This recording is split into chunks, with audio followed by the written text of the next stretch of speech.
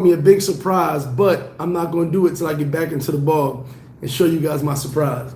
Appreciate it a lot, Chief. What's going on, man? It's a beautiful Sunday. I just got up not so long ago. I'm chilling. I'm doing a live inside because my internet been shaky on the phone, so got to make sure I have good internet. Gary Mack, what up? Sophia Felix in the building. Gary Mack, I'll be there. Stay tuned for Halloween. Felicia Jordan, always in the building. Always a pleasure to have Felicia Jordan in the building with us. So, real quick, September 3rd, King's Urban Music Festival with our many sponsors, Get Right Clean Team, who also made the Paradise Life Cologne, New Mad Aviation, King's Roomba, of course, Paradise Life, and FlipFlop Sports Bar, as well. Give me 1 second, because you got to catch flights and feelings, you already know. This video today is sponsored by CJDR Properties for all your needs on the North Coast. Shout out my man Andy, shout out my man Sherm. Hit me up if you're interested. They do construction, property assessment. They actually have many different things in their company, but they're currently having some issues with their social media and with their business line. So hit me up direct if you're interested in some of their services, and I'll link you direct with them. Shout out to Sherman, shout out to Andy. As I said, this video right here, this Sunday service is sponsored by CJDR Properties. Okay, so stay tuned for that. I will have more info and a video coming on them as soon as I get my hands on it. Also, get ready for Halloween, guys. What you guys are asking, the spots are going fast, so definitely hit me up for Halloween. It's gonna be dope. It's gonna be really dope. So definitely see you there. Jesse Shorts, what up? Dirty Work is in the building. Rich, what up? Jimmy P, what up? So today I had a long conversation where we can shout out to everybody that came through for the Paradise Life Brazil takeover, Rio de Janeiro. All my guys, I said they had a good time kicking with everybody. Had a couple deep conversations throughout the trip. You know what I'm saying? Had to get my head clear. Sometimes it's good to talk to the bros outside of the normal situation. We were talking about me, then talking about just being normal. How being regular is normal. We've normalized being normal. And when I say that, meaning that box I always speak about. Go to school, get a job, retire, die. Sorry about that, y'all. So I'm in the house and the internet's still bad. I've been dealing with bad internet this whole trip, which has been a headache. Jamil around the world, what up? Sim the travel rapper, what up? King Sam, what's good? Young Philly in the building. Shout out to my bro, Young Philly. Pardon me, y'all. I'm trying to deal with this internet situation. It's not the best. This has been the worst trip I've had with internet in a while, since Cuba at that. But we were talking about being regular and normalizing being normal. And when I say normal, just the same old, the same old, let me do what everyone else is doing. Let me go get the 9 to 5. Let me be average. You know what I'm saying? Don't be normal. That's my message to you today. Don't be normal. And some of you guys are like, well, I can't not be normal. Yes, you can not be normal. Normalcy is what we do every day. The same routine every single day. To me, not being normal is breaking out of routine. Now, I ain't telling you quit your job and all that shit. I'm just telling you break out of your normal routine and do something different. Right now, for everybody that's in this channel is about to watch this live later on, write down one thing you've been dying to do and haven't done it. Bucket list or just something you always wanted to do. Write down one thing. Fold it up, put it in your pocket. Go back Saturday. Wait 7 days, 6 days. Saturday, open that paper back up, right? And look at it. You just had 6 days to decide how you're going to execute that. If you haven't figured out in those 6 days, then sit down the whole day Saturday and create a plan to get that done. Whatever it is, buy a car, buy a house, get a boyfriend, get a girlfriend, whatever it is. But what is it, that one thing you've been wanting to do that you haven't done, that you've been procrastinating on, you've been bullshitting, you've been wasting your time, you know you want to do it, but it's not normal. It's not normal. Get where I'm going with this? Write that down. And in 6 days, look at the paper again and see if you've figured out a way to get it done. Whatever it is. You know, myself is going back to the gym. I mean, that's normal to most people, but my gym and most people's gym is not normal. So it's like, I want to get back in the gym. I'm going to make sure when I get back home, I'm back in the gym. Okay. Also, buying property. That's another thing that's on my list. I've been telling you guys that in hindsight, if I know what I know now, I'd have bought property 11 years ago. 100%. Even if I didn't have the money to build, I just bought the property and let it sit there. Hopefully this live is still good. Okay, it's still good. Cool. Bobby Rowe, what up? Happy birthday to the brother. There you go. Be different. You already know. Miguel Torres, what up? Jay Clyde in the building. You saw that comment on Facebook, right? Corey Kirk, what up, baby? Big shout, happy birthday to Bobby Rell. Papa Doc in the building. A1J, what up? Jimmy P, nah, I still ain't go back to the gym, bro. I've been trying. You know what it is? And I was speaking to my trainer the other day. Tell you a funny story. So, one night I'm chilling, barely getting some sleep. And you guys know I had a trainer for a little while. I told you I wanted a trainer. So I had my man Levi. And great times. I just started traveling again. So it was hard to keep the focus on getting with him, and I'm traveling. So I had this weird dream of me and him working out. Like we always did. Get up in the park, work out, pull-ups, dips, all that stuff. The next day, about 12 p.m., I look to my left and he walks up with his wife. And I said, mother. And my man was like, what's wrong? I said, this is a sign. I believe in signs. This is a sign. I literally dreamt that we were working out last night, and he comes walking up. And then I tell him, and he goes, you know what's crazy? I wasn't even coming here. We went to pick something up, and my wife said, let's go to FlipFlop and get some food real quick. He said, otherwise, I would just get in the car going. He said, we were getting in the car to leave. And my wife said, let's go to FlipFlops. See how things happen? So I believe in signs. So I'm going to make sure when I get back, I call Levi up and I'm back in the gym. Okay, because I'm a big believer in signs. There's always a sign to tell you something's right or something's wrong. It's if you pay attention to it. As I tell you guys all the time when it comes to relationships, some of us stay in relationships just because. But the signs are there that it ain't working. Definitely big happy birthday to Bobby Red. Jojo, what up? JM, will people judge you for not being humble? Let's go there. Let's go there real quick. Hit that like button, y'all. All right, so I'm 44. I'll be 44 in November. 44 years old. Let's bring it to a personal level because I'm far from normal. I've lived in 7 or 8 states, something like that. I lived all up down the East Coast. Been to 40, 43, 44 states, something like that.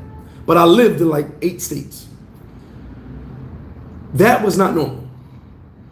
But I would just do it just because. Not because my friends were doing it, because this is what I want to do. I've always been a leader. I've always done what I want to do. Listen, everybody who knows me will tell you, if 10 of y'all say y'all going to the left, but I want to go to the right, Flip's going to the right. I love you guys, but this is what I already decided. Now, usually I'm down with the group. I'll be like, whatever the group decides, I'm with it. But if I already made my mind up to go to the right and the 10 of y'all want to go to the left, I'll be by myself on the right.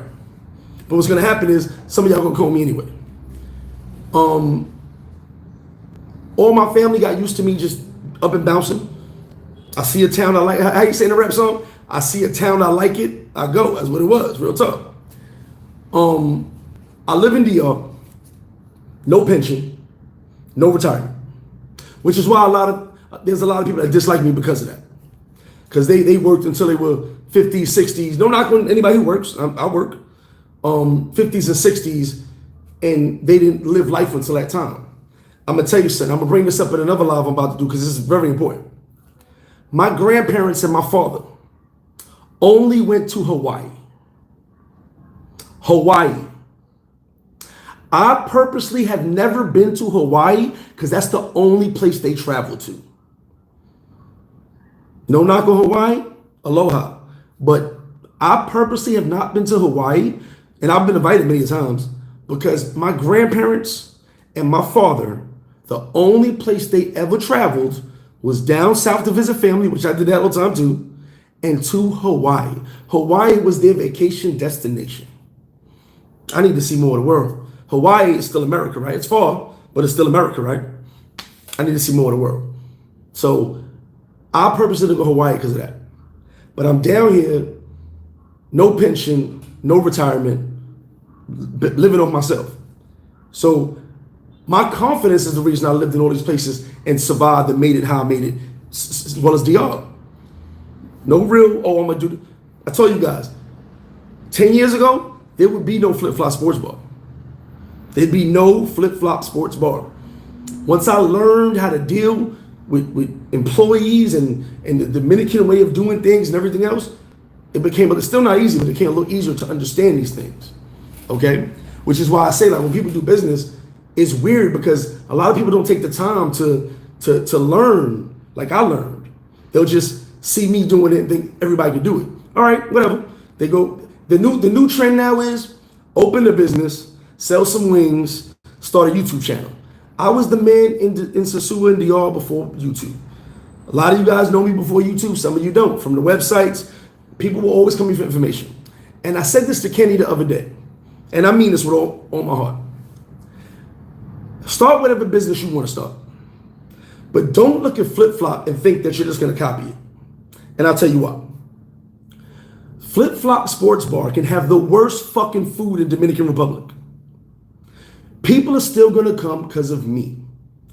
I bring 15 years of experience in Dominican Republic. 15 years of networking, meeting people, getting things done, connections. 15 years. Nobody's able to give you the experience I have. No one. Everything you saw another YouTube doing or saying, I already said it. I've already done it. I already know those people. So when you come to FlipFlop, it's mainly for information and the network. So like I said, my food could be shit. Luckily, it's not. Like when I say the best wings, it's because you guys said I had the best wings. Not because no fucking food critics running around talking about the best wings. You guys told me I had the best wings. I didn't start saying the best wings until I was 2.5 years old. That's when I started saying best wings, because everybody told me it was the best wings. Then I ran with that. Then what everybody did, they copied it. So me being different is what makes you guys watch it, makes you guys come to FlipFlop. And that's not, I'm not normal. I don't want to be like everyone else. And then you see the people try to fake it. They try to act like hey, what up, man? What's up? Knowing it's not really them. I'm a people person. If you guys met me, I'm a people person. Like I said, I'm shy, but when I'm engaged, I'm engaged. And I'm real. I don't hold my tongue. So it is what it is. You know what I'm saying? But you can't duplicate what I've done because I was already doing it. Prior to YouTube, prior to FlipFlop Sports Bar as well, I was the information guy. And what am I now? I'm the information guy with a restaurant. So it just so happens the food is actually good. But like I said, if the food was shit, people would still come. They would still come through and be like, yo, G, what up? See, the difference between me and everyone else, people go to FlipFlop and say, hey, where's Greg?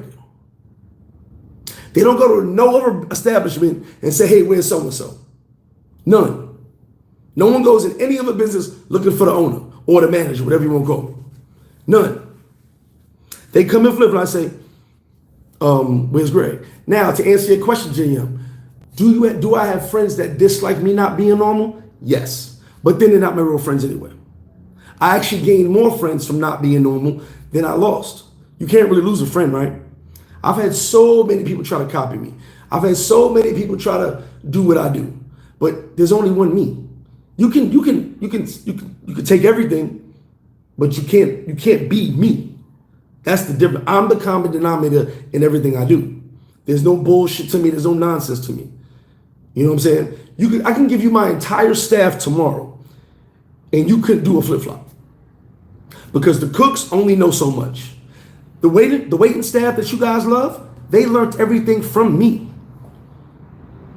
I taught them that. That's why you see some people go, some people come. They just couldn't do my system. No one knows the recipes. 3 people know the recipes. It ain't no one of my employees. So it is what it is. But you can't duplicate it because it's me. I'm the common denominator. Now, I've been told I copy people, I took ideas. Well, if I copy people and took ideas, why those people aren't winning? If it was their idea, why they aren't winning with it? If I copied someone else, why aren't they winning with the original formula? If I copied it. So you got to understand something. You will lose friends by not being normal. But guess what? They weren't your friends in the first place. Because when people talk about traveling, the people who tell you don't travel It's dangerous over there, wherever you're going. They don't want to leave the block. Hide in the crib. Go hide in the crib. How many people died of COVID in their house? Not in the hospital. We talked about this. People were so afraid to go outside, they just died in their house. Can't be me. I want to live my life. I've been living my life since I was 13 years old, doing what I wanted to do, no restrictions, whatever I want to do, I did. And I think I'm okay. It's love me or hate me. It's no in between. You know what I'm saying? I'm not trying to be Mr. Popular. The thing with a lot of people is they want to be popular. I am popular. Do I like it? Really, no, but it is what it is. I'm not famous. People are like, yo, you famous? I'm not famous. I never felt I was famous. I don't feel I'm above nobody. I'm very humbled by the love and support because you guys don't have to rock with me. But I don't feel I'm above nobody. Never been that way. And when it comes to attention, I've always gotten attention. So to me, it's not like, oh man, I'm the man now. I get attention. For what? Only a person who never got attention would bask in the attention. I'm just having a good time. You guys see me at parties and events. I'm in the back. I'm in the back. I'm letting the crew do their thing. I'm in the back chilling with a drink in my hand. Maybe having a private conversation, some jokes, so I don't get noticed by everyone else. New Dean in the building. What up? You out of the trainer too? T Moore in the building. Shout out to my brother Ray Loyal in the building. One of our sponsors, Get Right Fragrance, for September 3rd, King's Urban Music Festival. Facts, lions don't lose it. And here's the thing though, Dean. The reason I'm doing the video is because a lot of people aren't lions. A lot of people aren't. But they still worry about what someone else tells them they need to be doing. I don't care to be normal. I've never thought about being normal. I didn't know what I was doing was abnormal. To me, it was just doing what I want to do. I didn't. There's no guidebook for my life. You can't write this down and be like, this is how you do stuff that's not normal. I just did what I wanted to do. I've always done what I wanted to do. I didn't do what everyone else was doing. You know, my father used to tell me all the time, and I wish I listened to him. I really wish I did.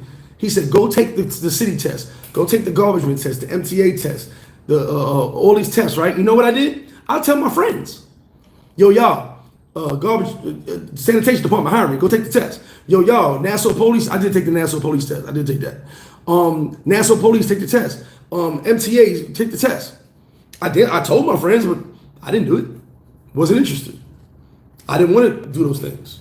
Later, I found out how much money they made. I was like, damn, I messed up. But I found a way to make money anyway. I chose my own. I created my own lane. Marissimo in the building. Bobby Real, they mad because they didn't think of it. They didn't do it. That's why they mad, bro. You gotta understand something. They're not mad that I'm doing it. They're mad that they didn't think to do it. I tell you guys a story about Club Oro, right outside the airport. Can't hate on that. But I sat there and said, God damn it. That was a great idea. You put a club in the middle of Sosua, Puerto Plata, so everybody who don't want to go to Puerto Plata comes to your club. Fuck. Why didn't I think of that? Am I hating? No, I met the owner, kicked it with him. I said, man, this was an amazing idea. In my mind, I was like, why didn't I think of that? If I'd have told you I'm putting a club across from Puerto Plata Airport, you'd have been like, man, you stupid. And I probably would have been like, probably, but I'm gonna do it anyway. That shit is successful as hell. But when he did it, I said, Jesus Christ, he's a fucking genius. He put a club to stop everybody from going to Puerto Plata. So now if you don't want to go to Puerto Plata, you just stay over here. Ding, ding, ding, winner. But I'm not jealous. I'm just like, great idea. I wish I thought of it. Yeah, Ray Loyal, shout out to Miguel Torres. I think they said September. So maybe in a couple weeks, we will have the Paradise Life fragrance back on the website. I do have some at FlipFlop Sports Bar, but I didn't know they tell me September we should have Paradise Life back on the website. We did set up. Appreciate you guys. Thank you very much. Nomadic Rob, what up? Burt Ross in the building. He said most billionaires. Well, you got to think out of the box. Now I'm not a billionaire, But you gotta think out of the box, right? Don't you have to think out of the box to do big things? They give the memes all the time of Jeff Bezos was in his garage. You know what I'm saying? Microsoft started in a garage. Like, these people did these things and no one believed in them. I like the new DJ Khaled thing where he goes, no one believed in us. And they be like, God did. I think that's dope because he's right. When no one believes in you, God does. I can tell you right now, I went through ups and downs that most of you never understand. I've been to the bottom twice. I've been to the bottom twice, which is why I'm always humble by my blessings and always loving my blessings. You know what I'm saying? Which is why I don't stress when people do sneak shit against me, and I be like, whatever. I really don't stress that shit. Because like I said, I don't hate nobody. I don't despise nobody. I have no enemies at all. Not a single one. Many people will talk. Many people will chatty patty. That's cool. But I'm good. I'm good in my skin. I'm good. If I weigh 290, I weigh 290 today. If I weigh 260 tomorrow, I'll be happy. If I weigh 220 next week, I'm gonna be happy. I'm good in my skin. That's what pisses a lot of people off. I'm not normal. And you need to not be normal. Stop worrying about what everybody's telling you about yourself. Because the worst thing I've ever been told is something about me. How can you tell me about me? Now, if you're checking me and correcting me on something, cool. I need that. Everybody, you gotta say, hey man, the way you did this, cool. But you can't tell me how I'm living my life. You can't judge me on how I live if you're not living right.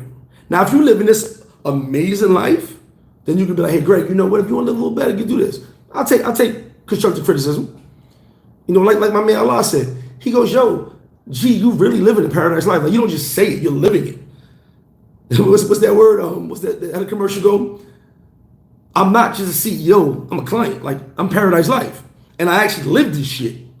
So it's like a lot of people don't like that. You know what I'm saying? And like I said, the fact that when someone runs their resume down, they did this, and I'm like, that's fucking great. But when did you live? People. I want people to come to me for information, for consultation. Because maybe if some of y'all came to me and talked, not some of y'all, excuse me, some people came to me and talked to me, you'd have realized that business idea you have. See, one of my mans told me a long time ago, never tell someone no. I said, what do you mean? He goes, never tell someone no with an idea if they're paying. I said, nah, bro, that's wrong. I said, I'll be reckless to not tell them, hey, I don't think that's a good idea, or if you're gonna do it this way. I said, because if I just tell them yes to everything, I didn't help them. Yes, people told me not to do what I did when I had the ball in Puerto Plata, which was highly successful. So when I started FlipFlop, people told me not to do it, but I didn't listen. But I'm talking, because I went on my own path. I didn't listen to someone that felt they were going to be competition. I have no competition. I'm in my own corner before the beach. I do my own thing. I'm not worried about nobody else. Nobody. That's another thing that made me successful. I don't focus on what other people do. So I'm going to tell you, well, if you're going to do this, this is what you got to do. Maybe if people can't even do a consultation, their businesses would have failed. Or they would know that their girlfriend is an ex-hooker. Stuff like that. But they don't. Everybody knows everything. And especially amongst the black community, everybody just knows everything. And there's so much inner hate and competition. It's the funniest thing. Because I be laughing like, why y'all like that? Like, I just laugh at why y'all like that. You know what I'm saying? The envy and animosity for what? How can you be mad at somebody that could have helped you? How could you be mad at somebody that could have guided you in the right direction? But since you just chose to watch, because everybody with a business watched me, you chose to watch from the outside in and just try to slither your way in there and do it your way, and you're not working. You thought, now you're mad at me. Don't be mad at me because you're not doing good. And like I said, this really ain't about me. It's about being normal. But don't be mad at the person that's abnormal. I'm abnormal. I've never been regular. I've never been regular in anything I do. I can tell you that from day one. I knew I was different. You know what I'm saying? I just knew everything about me was different because I didn't fit in with no groups. I was cool with everybody. I tell you, when it came to to the Colombians and Puerto Ricans, they don't really hang with black people like that. But they hung with me. They invited me to their parties and events. When I would try to be my friends, they'd be like, you can leave the black guys home. Like, seriously. You know what I'm saying? But I was always invited. I was always allowed to all the Haitians, mad Haitian homies. I was always invited to people's houses and all that. It was never, oh, he's black, we don't rock with him. It was, you can come, but might want to leave the homies at the crib. It is what it is. You know what I'm saying? I rocked with everybody. I had no one lane. I didn't have like, I rock with them. I rock with everybody. As long as y'all kicking it with me, we cool. Randall, I'll be there next Sunday, baby. Nomadic Rob, shout to Local Tattoo. We do have a Toastgate shirt. Toastgate was one of the funniest things in the world. We do have a Toastgate shirt. I gotta get up. I think I put the video up.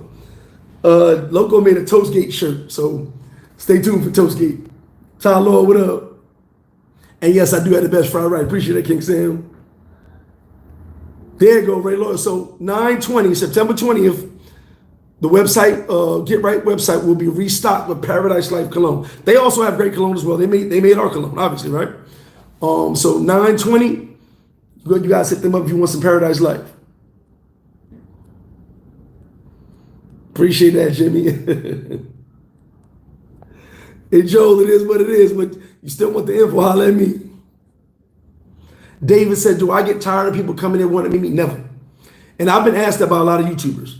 Never. Free Society would tell you. You know, Free Society is my man, but he is shy. It was not a joke. He's shy. Free gets a lot of attention because of his videos now. And it's weird for him when people approach him. And like, man, say what up. Like, you know what I'm saying? Interact. These are the people that watch you. These are the people that support me. Why would I not want to interact with them? I'm a people person. And that's another thing why I say what I do can't be duplicated. I'm a people person. I literally have had 5 occasions, and they're probably watching this video right now, where I walked up to somebody, said, what's up? Hey, how you doing? And they were like, yo, bro, I didn't know if you talk. I'm like, what you mean?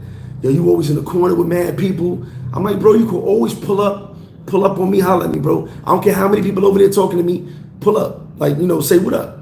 I respect that. I said, sometimes the corner gets a little crowded, you know, we conversating, but definitely pull up. So me and him sat and talked for like 15 minutes.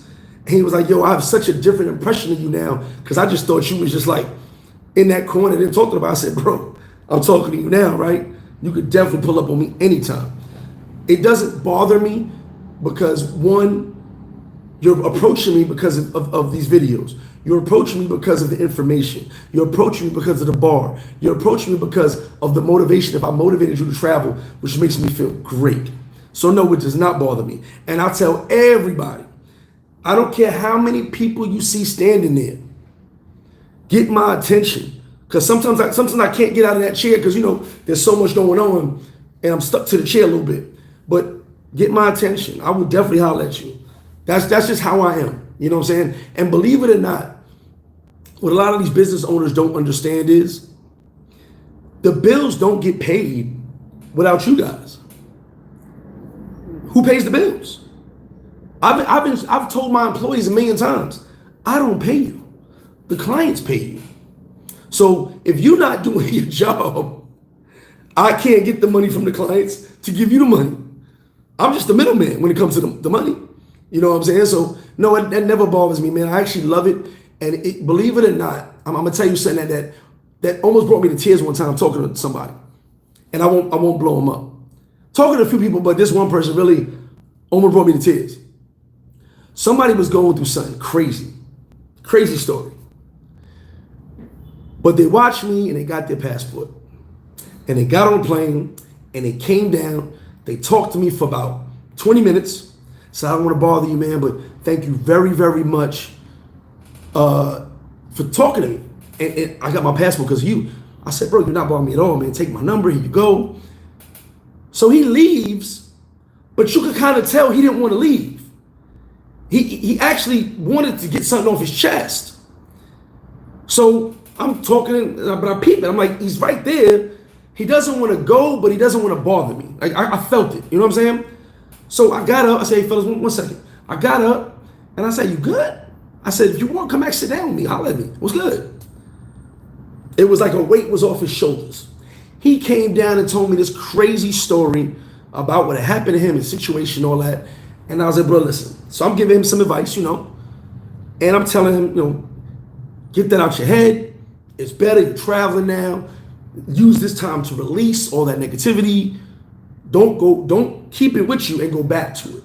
So we talked, now we talking for like 2-3 hours, drinking, talking, and his story was really crazy, and I felt it. I've been through something similar before, so I felt it. And it was like, that makes me feel good. One, that I can motivate somebody, and two, that I can help somebody. The whole point of Sunday service is not me just talking shit. It's me trying to motivate you to get up your ass and do something. And sometimes I motivate myself to do something too. So no, it never bothers me. I actually implore you to pull up on me, holler at me, say what up, even if it's chuck a deuce. You know what I'm saying? And that's why I go back to the information part of it. I got people who've only bought a shot or a beer, who ain't bought nothing at FlipFlop, but came by to say, thank you very much for your videos. That means a lot. They didn't spend $1 at FlipFlop, but they go, thank you for your videos. That means a lot to me. So don't think that I'm missing that part. So when it comes to pulling up with me, we was out here in the street a couple nights ago, and dude just said, yo, was that MrFlipFlop? I'm like, what up, baby? How you doing? He was busy though, so he said, I'm gonna holler at you, cool. But it's dope. I appreciate you watching. Triggs, what up? Travel with Trey, appreciate that. King Sam, you already know they know your damn name. Dennis Strong, what up? Global Paper, what up? Dominic Davis in the building. Oh, we're doing the September 3rd, Labor Day weekend event. Oh, and by the way, I'm getting the flyer. I gotta talk to you. Young Philly, if you're still watching, I gotta talk to you. You know I gotta bother you. Labor Day weekend also is my 5th year anniversary. So we're doing a 3-day happy hour. Friday, Saturday, Sunday, all day happy hour, as well as President Days, the price they were 5 years ago. Jesus, that's gonna hurt, trust me. But it's my way of giving back to you guys for all the support. 5 years we made it. So really 3 years you made it, but 5 years we made it. Like I said, a lot of businesses don't last 6 months, don't last a year. This is part of the game down here. You have to find your niche and run with it. It's very difficult to keep a business flowing, and I'm so proud I'm still here. I'm so proud of you guys and proud of myself because I kept it going and you guys kept me going. So thank you very much. T Moore, the Paradise Life watch is coming, baby. It's coming. And I am super excited. Super excited. Look what God did. You know what I'm saying? We got the merch, you know what I mean? We got we got jets, we got cologne, now we got watches, we got these worldwide events. It's Paradise Life, baby. I love it. Like, I love it. You know what I'm saying? And that's another thing, like, I don't count my blessings. I accept my blessings and for what they are. There's a lot of people who get to travel a lot, right? Because of buddy passes. I don't have a buddy pass. I was told people buy my flights, whatever however you feel. I was told it's not my business, people buy my flights. I get told a lot of stuff about myself, which is why I tell you, don't let nobody tell you about you. But if I had buddy passes, I'd be traveling more. Because these flights are expensive. But I'm not jealous of them because they fly on buddy passes. I'm like, yo, at least traveling. It's dope. You know, but some people never know what first class was like if they didn't get on the buddy pass. I know what first class is like. I don't have to have first class like some people, but if I have it, I'm gonna enjoy it. But I'm not jealous of those people. I'm glad they traveling, but I know that my journey's different. I haven't flown on a buddy pass in 13 years. The last time, my stepdad, last time I flew on a buddy pass, 13 years. If you got a buddy pass, holler at me. I would definitely love one.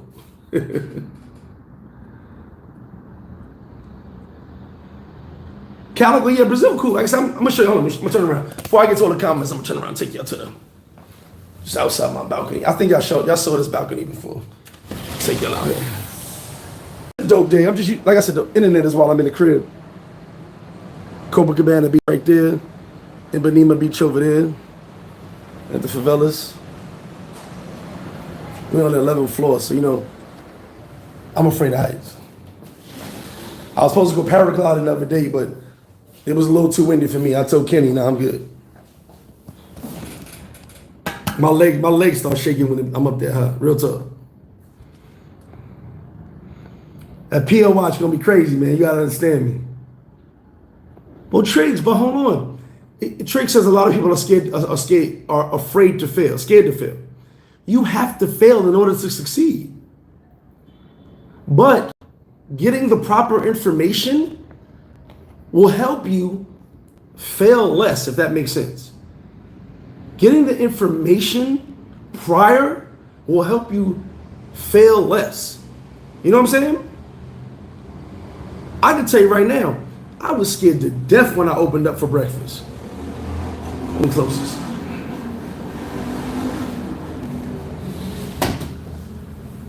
It's a nice day. It's Sunday, everybody outside. I was scared to death when I opened up for breakfast. You know why?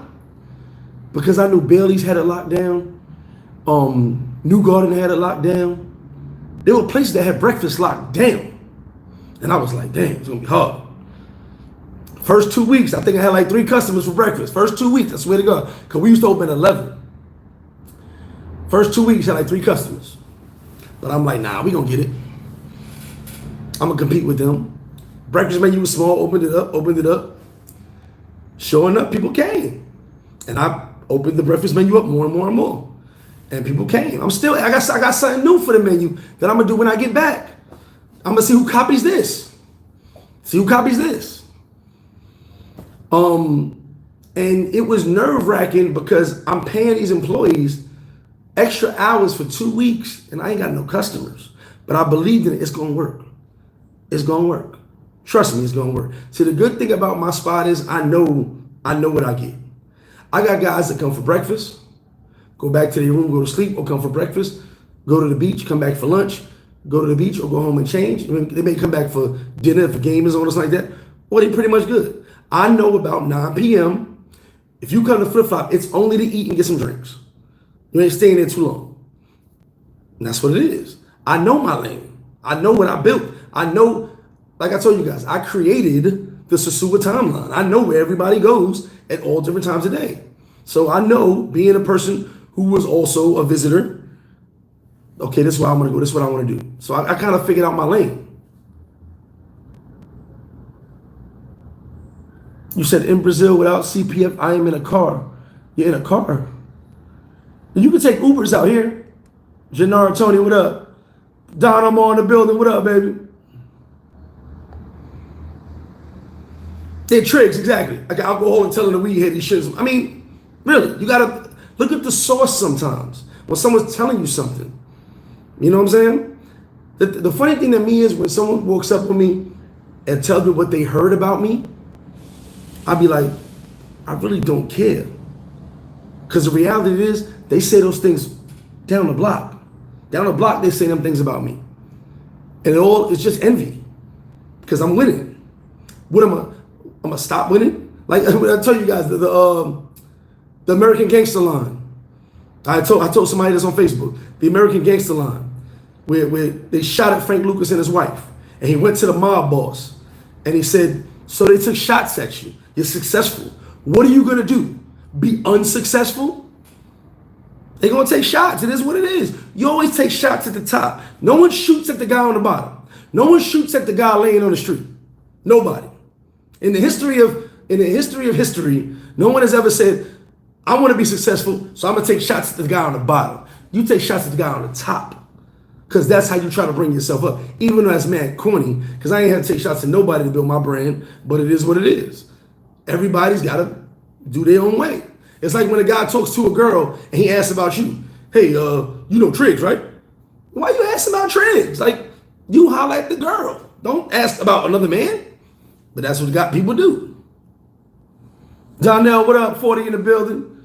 Mar Brown, what up? Sean, I met John Thompson a couple trips ago. Like 3 trips ago. Mr. Valente, Mr. Leonard said, shout out to you, Mr. Leonard. He's always shy. He was, you my dude though. Mr. Leonard was at the first table talking about, hey, I'm here. I'm like, where? He was behind the column and shit. I'm like, bro, get over here. What are you doing? He's like, oh no, I'm just chilling. I'm like, how you gonna text me? And you right there. I had to look. FlipFlop's boss ain't that big, and I had to look for him. I'm like, this motherfucker. Shout out to my dude though. But you made yourself a home real quick though.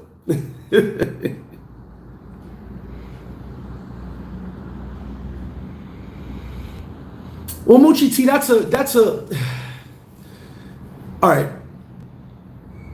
Latinos, period, are funny. I ain't gonna say they're racist. I'm never gonna say Latinos are racist. Dominicans, Puerto Ricans, Colombians, I'm not gonna say they're racist. I don't believe they're racist, but they're funny. They're nationalists. They stick to their own.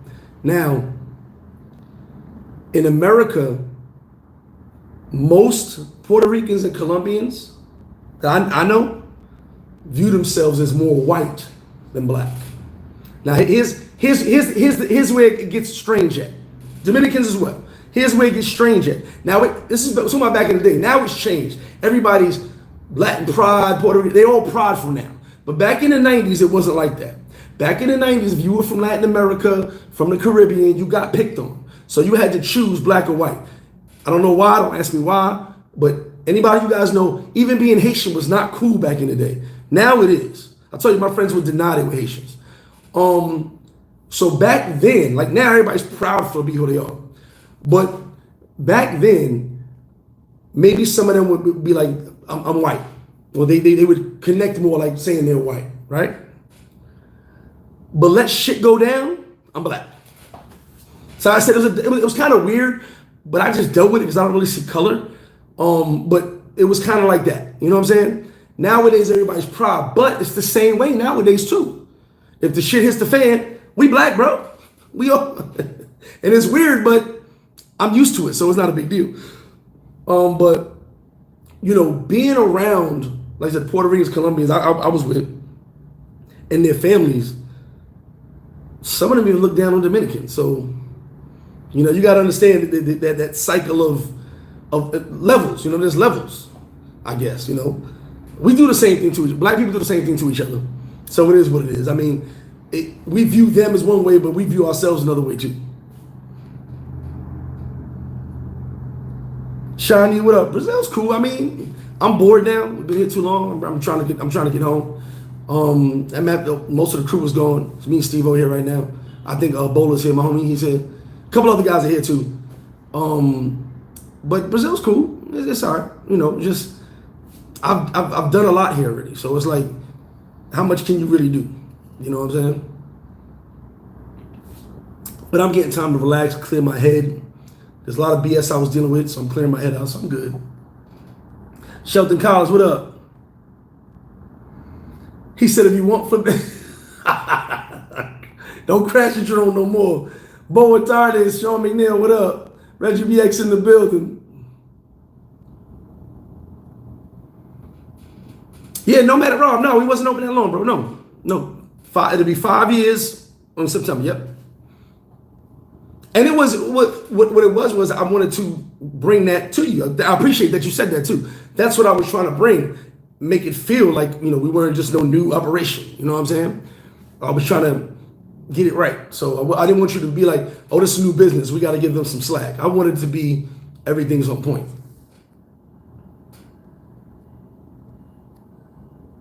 I'll go to Fiji for a buddy pass. Hey, I just need a buddy pass. No matter what, I said, what's plan B, plan A again? Facts. Yeah, real facts. You have to listen. You have to fail before you succeed. Now, I'll tell you this. I won't say I have many failures, but I have many life lessons. And the reason I say that is because I am so dedicated to not failing that I go extra hard. But in those times going extra hard, I've made mistakes and bad judgments. So I consider that failing because those bad judgments messed up something I had good. Those mistakes messed up something that I had going good. So like I said, when it comes to failure, I have definitely failed, but most of my failures were from bad decisions, bad judgments, overconfidence. You know what I'm saying? Which is a real thing. You know, and luckily these things didn't cost me a lot of money. Luckily it was like something I could fix, but it was something like that shit would have never happened if I didn't do that. You understand what I'm saying? Am I making sense? So it's more like the bar in Puerto Plata. I didn't feel like shit was popping. Go to horror stories, DR horror stories. The owner tried to set me up because I was doing good. Anybody been back at 718 back in the day, they'll tell you that shit was popping every day. I had that shit lit. And there was no expats back then. No expats. There was like 7 expats in all of Puerto Plata. Now there's tons. I had that spot rocking. All Dominicans, a couple of guys come visit me from Sosua. I had that spot rocking. We do parties there, all that stuff. Didn't fail. The owner just did some fuckboy shit. So I bounced. And he's done it to many more people after me. So it is what it is. And I appreciate that, Jesse. But yeah, like I said, at the time, when I opened for breakfast, those were the only spots rocking. I used to go to New Garden all the time. Rockies was the spot years ago. I haven't been there in a long time. Rockies was our meeting spot about 13 years ago, something like that. Yeah, you spelled that right, 40. You already know, Sean. Black 900, yeah, shout out to my boy Stay Hungry. Appreciate you. Be more in the building. Oh, you don't need this. CPF, okay, I know what that was, Dudine. Thank you, okay. King Sam, we gonna talk about the white henny another time. Hey, Diaz, what up? I see people hate successful people, but you know what? What can I do? Me not being normal is what made me successful. Me not being normal is what has taken me on all these trips. Me not being normal is what's got me cologne deals. We've got sponsorships, bro. And I'm not an athlete. I wear my merch all the time, every single day. Every single day I wear my merch. You know why? Because I'm a walking fucking billboard. Like I was when I was a personal trainer. My body was crazy, so I would just take my shirt off. I was a walking billboard. I learned that from bodybuilding and personal training. People are gonna see you first. So when you see me, you see Paradise Life. You see the tree on the side. I'm my biggest promoter. It is what it is. I sell a ton of merch. Thank you. I sell a ton of merch. You know what I'm saying? But I am my own billboard. My entire closet is Now, here's the thing though. I do have to support my peoples. A1J has a dope clothing line. I'm gonna wear his shirt when I get back. A1J, appreciate you, brother. I'm gonna wear his shirt when I get back. I wore TaylorMade shirt in Cuba. I've got Rico Toro shirt I gotta wear. I do support my people. So if you guys got a shirt, trust me, I will wear it. You guys know I support. But I gotta put it on camera when I have it on. I like to show my support. Definitely shout to A1J, shout to Rico Toro. I actually told Rico, let me know when he was gonna wear the shirt. I was gonna wear it at the same time, but it is what it is. But if you guys got some clothing line or something like that, send it to me. I will support. That's what I do. Appreciate that, y'all. Appreciate that. The 5-year anniversary is the 2nd, the 3rd, and the 4th. So that's Friday, Saturday, Sunday. And don't forget, Saturday, we have the Urban Music Festival at Miami Ball. So Friday, Saturday, Sunday is the celebration, excuse me, guys, for the 5-year anniversary. And also September 3rd just happens to fall Labor Day weekend of the show with all the artists at King's. I got people in Thailand right now. I think I got like 3 guys out there right now with shirts. I got 3 guys out there right now. But yeah, we're going to have some Paradiselyfe Thailand. Stay tuned for that.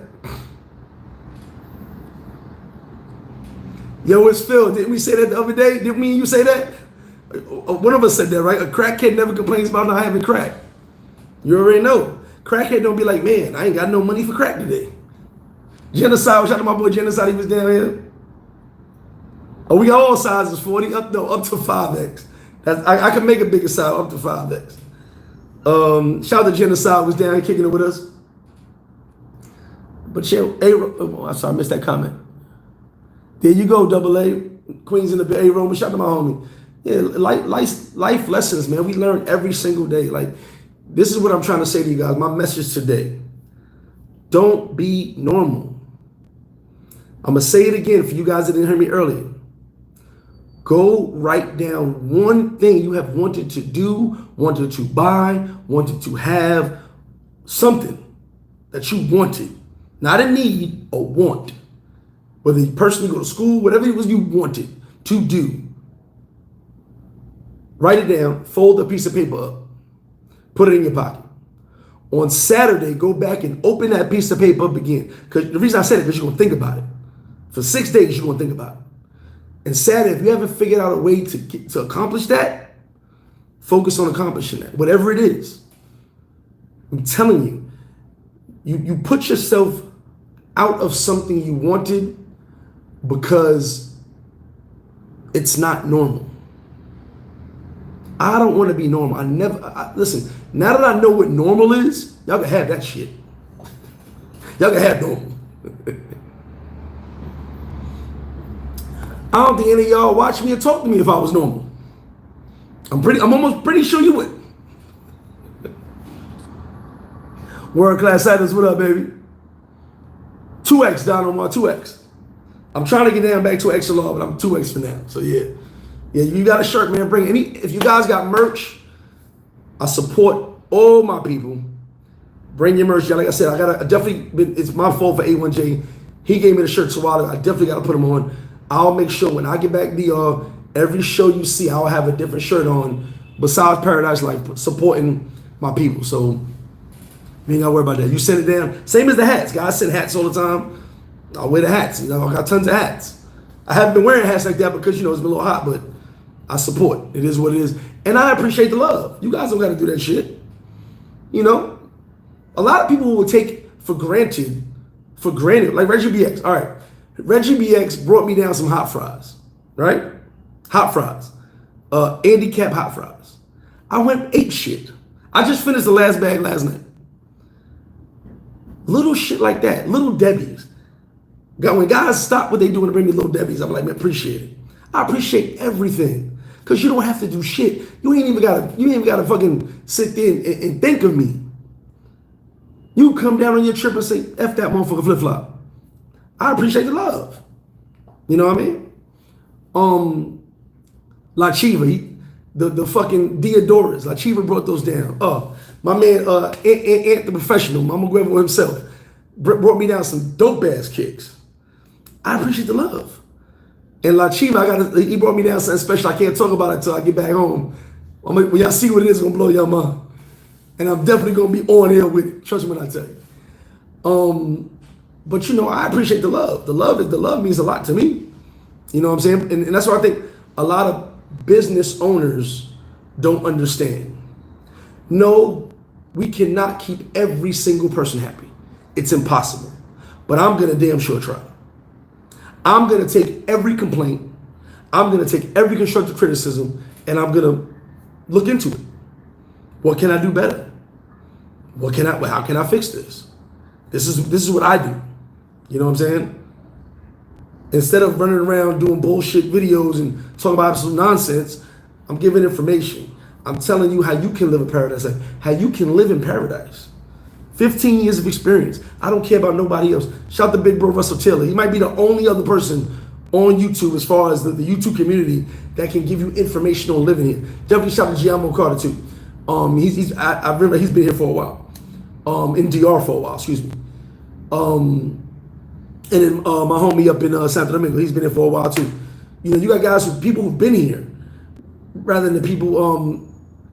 Norbis, she's here, living in Santo Domingo, up and down the country, all over the country. She can tell you how to live. There's other YouTubers too, but there's few that have been here longer that can really tell you how to live in Dominican Republic, how to be an expat, how to change your mindset and lifestyle to live in another country. There's people that can do that. So like I said, when it comes to the restaurant, my food, if it was crap, I'd still be winning because I got the info. I got the connects. I don't need to be like, oh, I got a world-class chef. I don't want a chef. Let me time out with this one. Time out. And take a sip of my cup. I'm about to talk my shit. I had a chef twice. I'm breaking something down to you. Shout out to my chefs. I love all y'all. Time out. Love all y'all. But, and no disrespect. But unless the chef owns the restaurant or has a financial investment in the restaurant, the chef is not going to help your business. Here's why. A chef is going to chef. I don't know if you know what that means. A chef going to salt bay, whip it up, make the eggs a little more fluffier, but it's not going to be the same every single time. Now, if you need a chef to start your business, to teach your staff how to make these things, cool. But no knock on chefs, but sorry, a chef chefs. A chef is good when I want someone to come cook at the villa. A chef ain't good for me to run a daily business because you're not gonna make the food the same way all the time. I need the system that the food comes out. You know why you go to McDonald's? You know why you go to TGI Fridays? You know why you go to KFC, Wendy's? The food is exactly the same every time you go. There's no difference. I want consistency. Quality was my first thing when I decided to do food. Quality. I got the best quality on the North Coast. It's not even a discussion, hands down. I deal with the big companies that Santo Domingo resorts and all the places in Santiago deal with. I deal with them. I don't deal with the locals. The locals spots in Sosua. I don't deal with that. Only a few businesses I rock with because their quality is good. Everyone else, I'm getting my shit from other side of the country. But the consistency. I focused on consistency.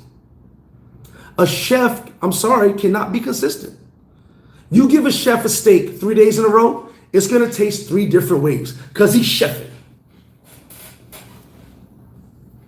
You know what I mean? He's chefing, which is cool, but it's not gonna taste the same. I want the food to be the same. And a lot of chefs are probably like, you son of a bitch. Hey, what is what it is? I don't care. I'm being honest. So when someone be like, I was a chef, I don't care. Fuck does that mean to me? You can't make scrambled eggs 3 days in a row the same way. But I'm a chef. That don't mean shit to me. It's weird when people be like, I'm a chef. Oh, I got the top chef in the world. A chef is gonna chef. He can't put out 100 plates a day. I remember someone made a comment, and I thought it was the funniest thing in the world. A business owner should check every single plate comes out. First off, my food quality, you have no idea what I do in that kitchen. But a business owner who has no clients can check every single plate that comes out of their kitchen. A business owner who has a lot of clients, it's impossible to check every single plate. What you rely on is the people you trained to make sure the plates come out right. What you rely on is, I fuck every plate. You don't know, but I fuck every plate. And hey, come over here, what's that? You know what I'm saying? That's not for you to know. That's what I do. So if you have a lot of clients, you can't check every single plate comes out. Yeah, if you got 4 clients a day, I guess, but you have a lot of clients, you can't do that. It's impossible. Any restaurant's impossible. What you do is you hope the person you trained is checking the quality of the food before it goes out. That's why you scale your business to train those people to do those things. And like I said, I fuck every plate. I'm always, if you talking to me and you see me just do one of these, I fucking a plate. I'm like, hey, what's that? I need to know what is it? Okay. Oh, it looks okay. No problem. You know what I'm saying? But when it comes to the long-term type of business, a chef can't help my business. A chef helped me start my business as far as needed to learn the way to move my food and rotate my food on a bigger scale because I don't know how to do that. I didn't know how to do that, excuse me. I didn't know what I was doing on a bigger scale of food. I throw food out a lot. In my house. I'm in my house like this. Up, toss it. Up, toss it. That's just me. And I wouldn't serve you something I wouldn't eat. So for me, I'm doing the same thing in the restaurant. Oh, what's that? What date is that? Oh, don't toss that. What date is that? I told my staff one time, I said, could we write down what we tossing? Because I'm saying if it's no good, toss it. Can I bring this home? If you want to serve that food to your family, cool, but I won't sell it. And it's not that it's bad. I have a limit on things I sell. If it's more than a few days old, it gotta go. Depending on what it is, it gotta go. So like I said, when people be like, I got the chef this, the chef that, Chef Boyardee, whatever. I got Chef, mind you, I also bumped into Chef Kelvin down here. He confirmed he will be there for Thanksgiving, our 5th annual Thanksgiving dinner, and Christmas. Now, I just talked about chefs, right? Well, Chef Kelvin is from East St. Louis. Chef Kelvin makes a mean motherfucking Thanksgiving down south home cooked dinner. That's a one-time thing. Thanksgiving and Christmas. Well, 2-time thing, but I mean, it's a one-day thing for him. He's chefing for the one day. I need that. You guys love it. We're sold out Thanksgiving all the time. I'm up to 3 turkeys. I'm pretty sure it's going to be 4 turkeys this year. So now I just said we don't need a chef. I don't need a chef in the long term of the business, but for the to chef it up for Thanksgiving dinner. Oh man, if you ever had Chef Kelvin's Thanksgiving dinner, put a 1 up. You guys know he don't play with that shit. Andy Caps, you already know. More music in the building. Andy Caps got onion rings? Jesus Christ. First the internet, now onion rings? Oh my God. I do get a love, bro, I gotta get a love back because I love all you guys. Seriously, and it's not fake. Yogi, whatever. Here you go, Chef Kelvin. I gotta get a love back, man. That's what it is. I don't exist without y'all. And the business owners don't seem to realize this. They don't exist without y'all. And it's funny when I see that because it's like they have attitudes when you complain. They get snotty with you. They talk shit. Bro, your business does not make a fucking dollar if the clients don't walk inside and spend some money. That's just how business works. So if you're a dickhead, like there's people who piss me off. Not we're cool, but I mean like they complained every 5 seconds. But you know what I did? I dealt with it professionally. I didn't argue with them. Once I realized that this is the type of person they were, it wasn't a business, they were just a complaining person. I was like, hey, okay, well, what can I do to fix your experience? Now I'm asking you, how can I help you? Tell me what I can do to fix the experience. No one else is going to do that. But I'm not going to be like, oh man, you were complaining. Get out of here. No, that's not what I do. What can I do to fix your experience? That's it. Look, you guys know I do the boat. If you need boat parties, the mansion parties, the bachelor parties, whatever you need, I do all that. I see people trying to do it too, and I just laugh. Someone made a comment. 2 dudes made a comment. They were like, what do you get for this amount of money? I said, bro, you can go to another party and see what you don't get. There was a Dominican dude that came at me and was like, yo, how you be charging that for these parties? How you be charging? I'm like, bro, can you do what I do? Can you do what I do? If the food runs out on the boat, can you taxi food in the ocean? I can. If the beer runs out on the boat, can you taxi cold beer, any beer, to the ocean? I can. So when I charge for something, they're getting the best of it. And no one can do what I do. And I'm doing it at the minimum price possible when I say unlimited. But someone will be like, yo, what you get for that? They charging this. Bro, go have your own fucking party and see how much that shit costs for unlimited. That's all I'm saying. You ain't gotta get on my boats. You ain't gotta come to my parties. Nothing. Go see how you go to another pool party and run out of food, run out of alcohol. Not this guy. Go see when you want a cold beer. They're like, we only got water.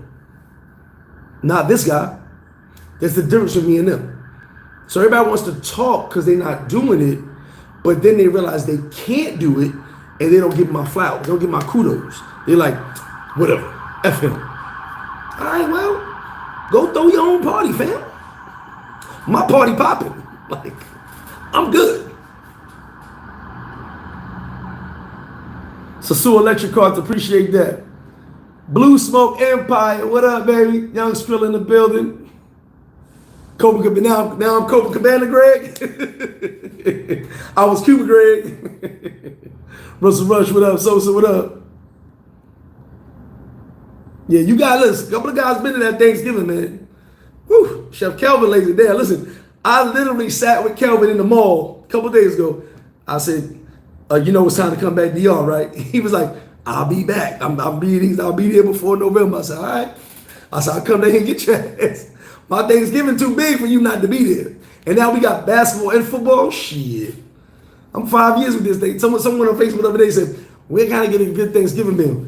I said, only place you can get a good Thanksgiving meal is FlipFlop. Everybody else just cooking. That's all they doing. We down home with it. Cordell, what's good with you?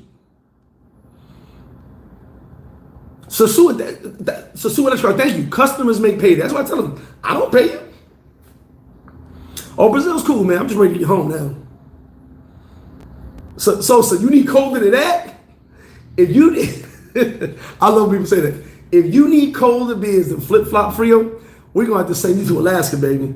All right? I put some Presidentes in Alaska. Yoga, you seen it? We brought food to the water. You seen it?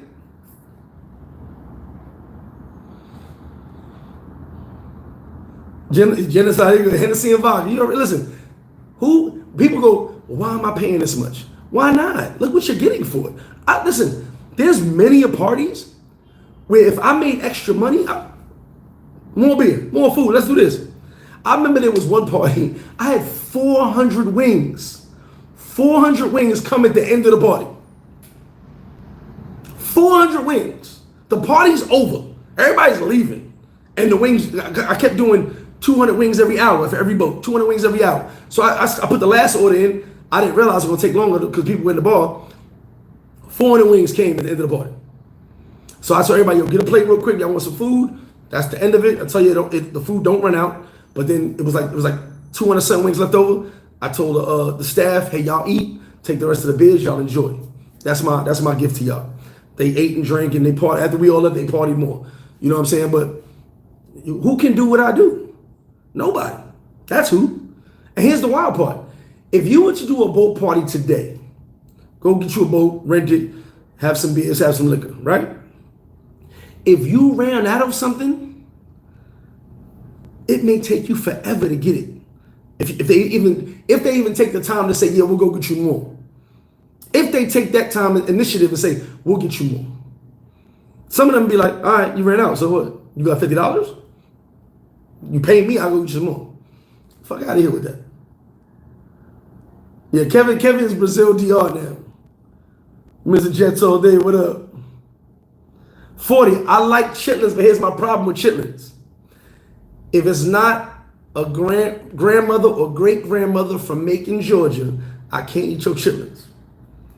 I don't know nobody that make chitlins like grandma, so I have not eaten chitlins since my grandma died. Straight up. I have not eaten chitlins and real southern cornbread since my grandmother died. I'm going to leave it at that. You already know, yo. Yeah, so I love chitlins too. I used to make chitlin sandwiches. Oh, don't judge me. Time out. Don't judge me. Bread, piece of cheese, some chitlins, I call it a smacking mayonnaise. We couldn't use a lot of mayonnaise. A smacking mayonnaise. Like now I use a lot of mayonnaise because I was always in trouble for using too much mayonnaise. So now I just over mayonnaise my shit with the shit falling out. Because they be like, stop using all that mayonnaise, boy. I'm like, damn, I like mayonnaise. Now I just pour tons of mayonnaise on my bread now. But back then, a slap of mayonnaise, chitlin sandwich, man. Cabbage sandwiches too, I still do that. I'm a big kid. A lot of stuff, you know, it's stuff that you'll laugh, but you be like, yo, I did that too. Jay Mitch, what up? So like I said, guys, I'm just like, for me, not being normal has made me successful. Not being normal has allowed me to achieve things most people have not yet or won't. Not that they can't. You can achieve anything you want. But most people haven't achieved. Me not being normal has made a lot of people envy me. Because like I said, there's one thing you can't fake. You can't fake who you are. You can smile and do all that and shuck and jive. I call it shuck and jiving. Shucking and jiving, that's cool. But you can't fake who you are. Because eventually it comes out that that's not the real you. The persona you're portraying to everyone else is not the real you. This is the real me. Take it or leave it, this is who I am. Glenn Bull said pork belly. Hey, don't get it messed up. Love the pork belly. Dominic Davis, yeah, this is little mayonnaise. I was weird, man. I really like chitlins, man. My grandma chitlins was dope.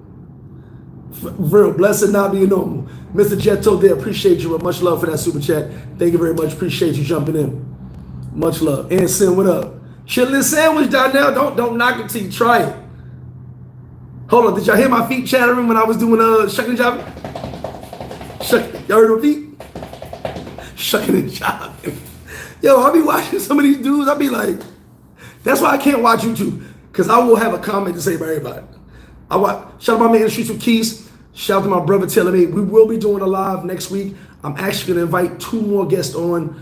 I've got to speak to Giamo. I got to do a show with Giamo. Big shout out to him.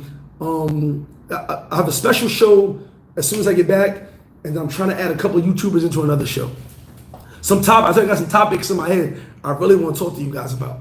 But I want to add some other YouTubers in it to give you different opinions. You know what I'm saying? My biggest thing with my channel is, you guys know my views on things, how I view things, how I talk, what I say. But I always love to get an outside opinion, whether from you guys or from other YouTubers who travel the world as well, who are expats and so on, because I'm always right, but I could be wrong, but I might have been right anyway. So what I want you to do is see someone else's view as well. So instead of watching their channel and watching mine, sometimes you watch us together and you're like, okay, I see what they're talking about. And so stay tuned for that when I get back in DR. There'll be a couple dope videos. Yeah, Mr. Bojangles.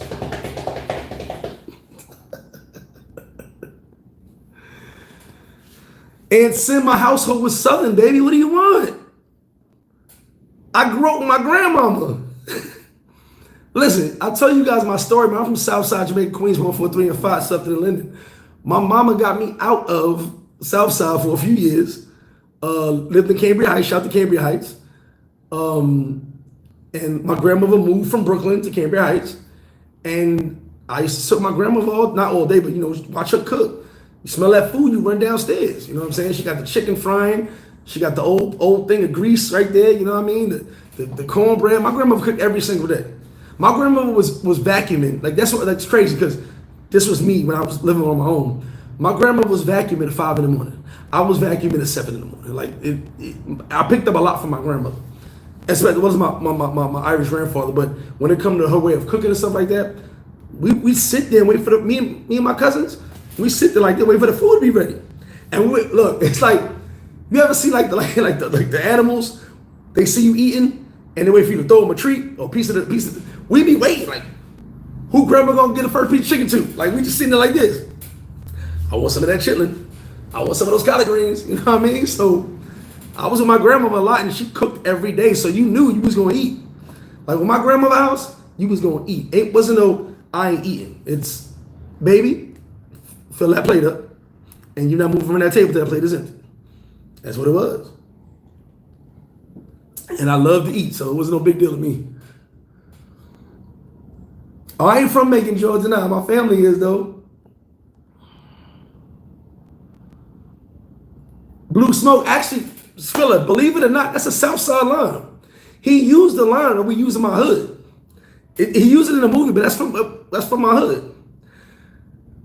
I'm right. I could have been wrong, but I was probably right. That's actually a line from my hood. We always, whenever you argue with somebody in Southside, well, back in the day, in Southside, and if you might have been wrong, because you never want to admit you're wrong. You might, everybody at Paradise Life just sitting the same shit on the beach the other day. They was like, this nigga great, never wrong. Even if you wrong, you might have been right. So let's leave it at that. Conversation over. That's the whole, he threw, listen, 50, what 50 has done in all his shows, his movies, He's thrown a lot of South Side subliminals in there that people who grew up there know what he's talking about.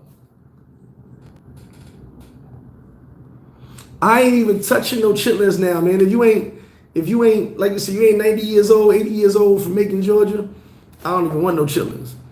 And I don't want nobody, no chef saying, I make chitlins. I don't want no chefed up chitlins, nigga. Sorry, Negro. I don't want no chefed up chitlins. I want some down home chitlins.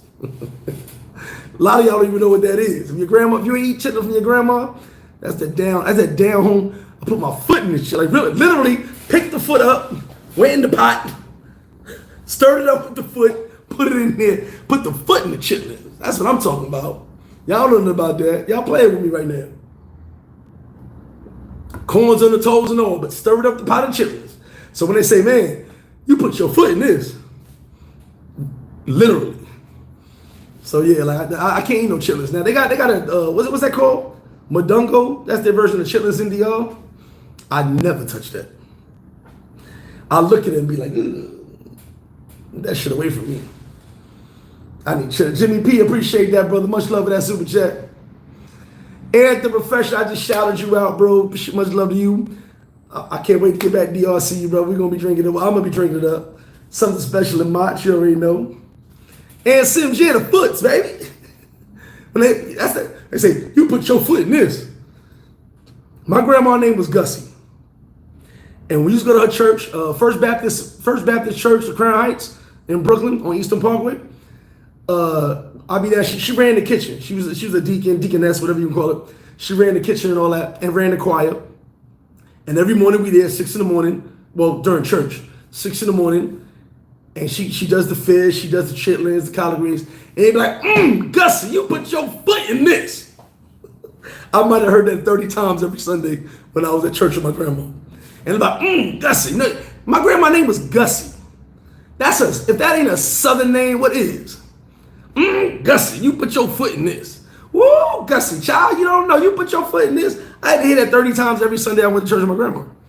So yeah, they really put their foot in there and stir it all up.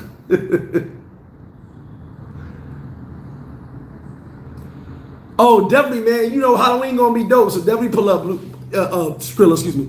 Pull up Skrilla, definitely. Big shout to Southside. Big shout to Queens as a whole, man. I'm so proud of us, man. Let me tell you something. Everybody from my hood was proud of 50. Even the dudes that didn't like him. Proud of 50. Proud of Nori. I knew Nori coming up. Proud of Nori. Look what Nori doing right now. Everybody from Queens, like, I don't know what it is. Like, you know, people be like, oh, Brooklyn dudes is tough and robbers. Well, that's cool. Everybody has their thing about them in different boroughs.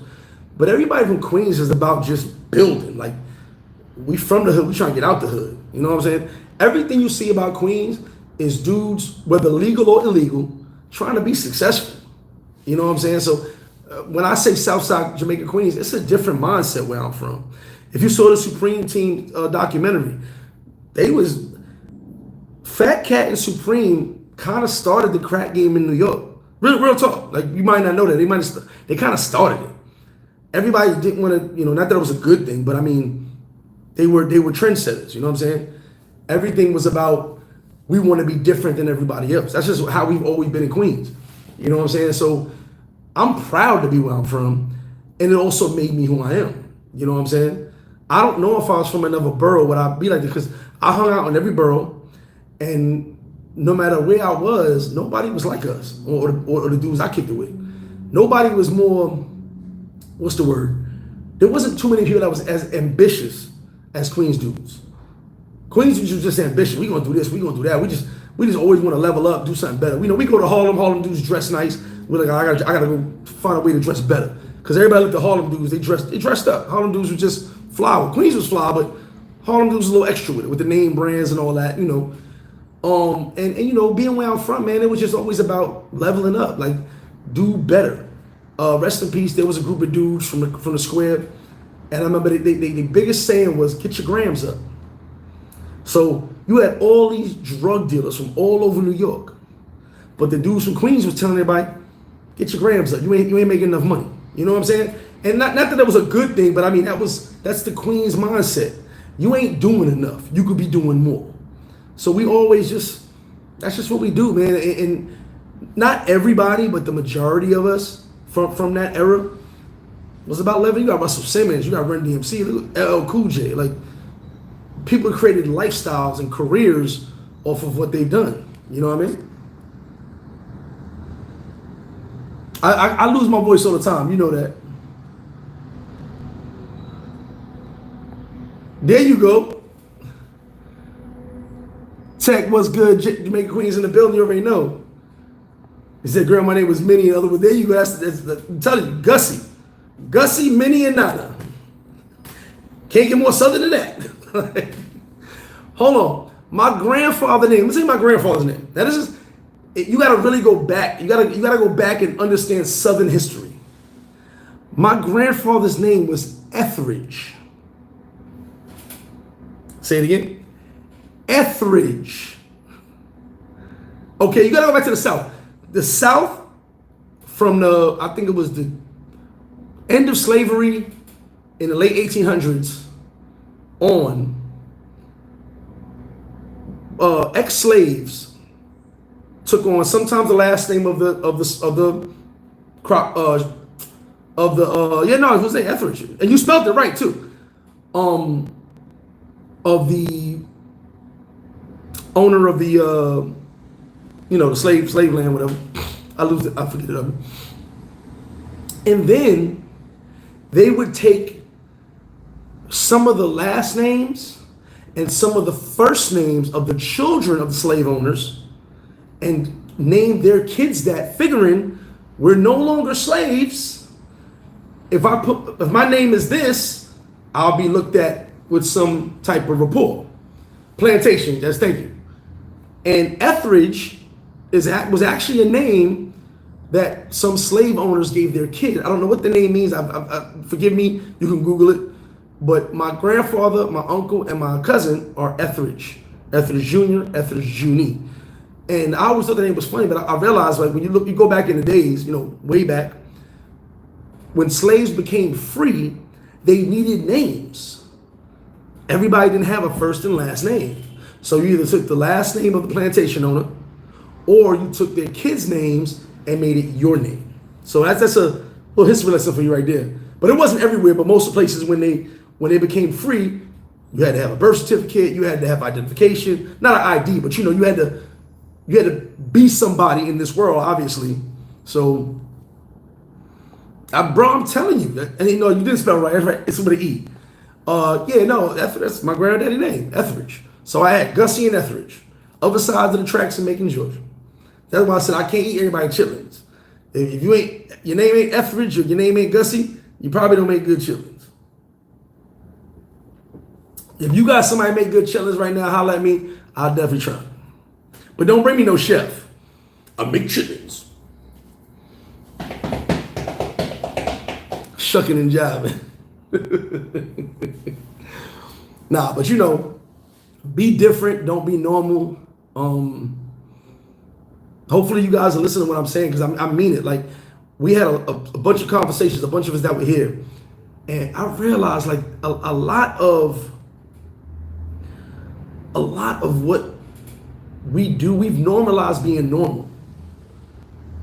And when I say that, being basic, I don't want to be basic.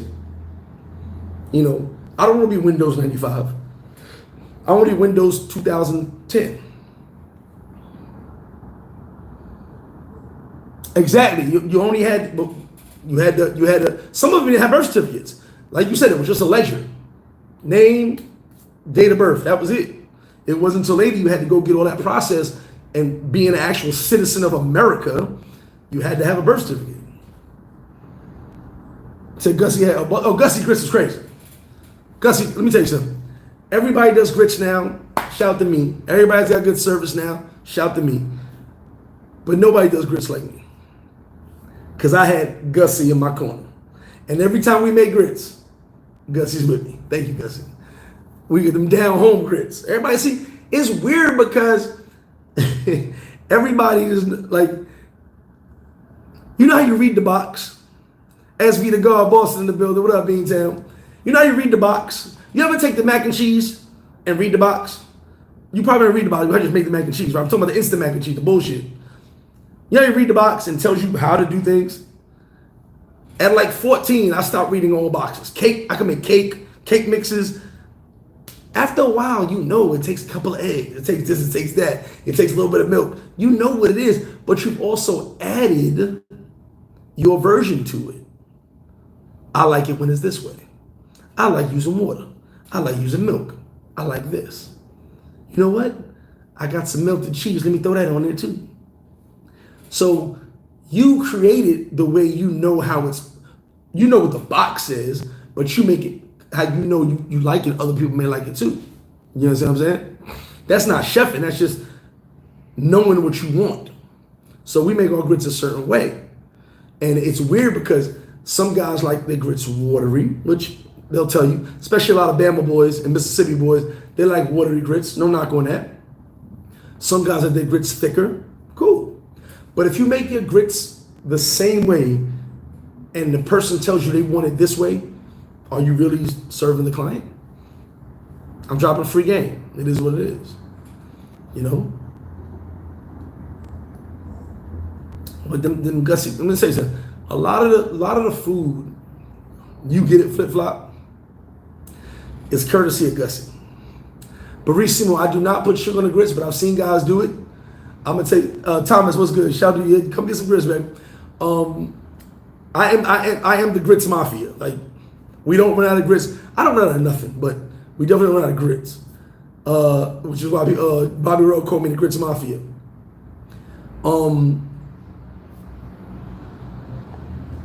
First time I saw my man Bo, not Bo Riggs, my other man Bo. I sat there. He had the grill. We always sit. He always sits in my corner. We always talk.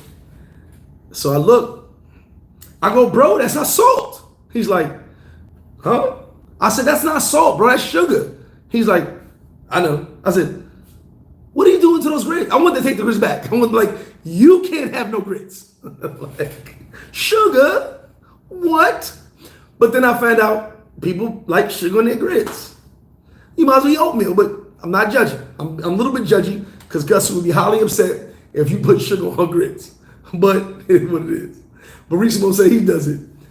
Bro, I'm looking at Bo like, even, matter of fact, I had even taught the girls to make sure everybody knew what the salt was because, you know, just to make a mistake with sugar. Even the girls were like, Greg, he's putting sugar on there. I'm like, I know, I don't know what to do. I don't know whether to jump out the window. I don't know what to do because I've never seen sugar on grits before. But I've heard people do it now. Shout out to you guys.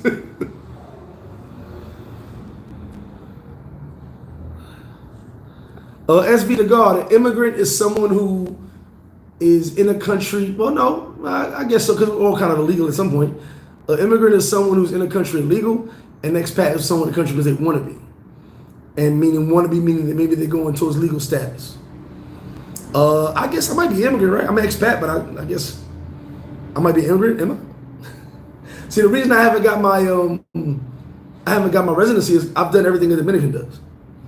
There's nothing I don't have that a Dominican has. Vehicle, 7 businesses on paper, multiple businesses, I pay taxes, bank accounts, I got credit.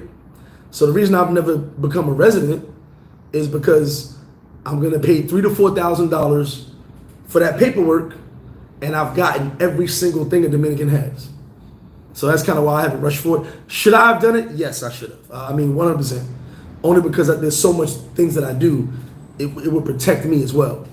But I guess I'm kind of an immigrant too, because, DR is the only country that allows you to stay over your visa time. You just got to pay.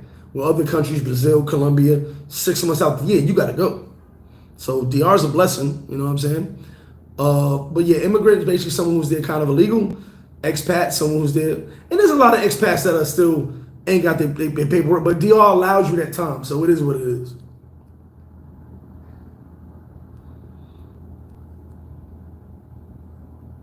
Donald, you know them grits is fire, baby.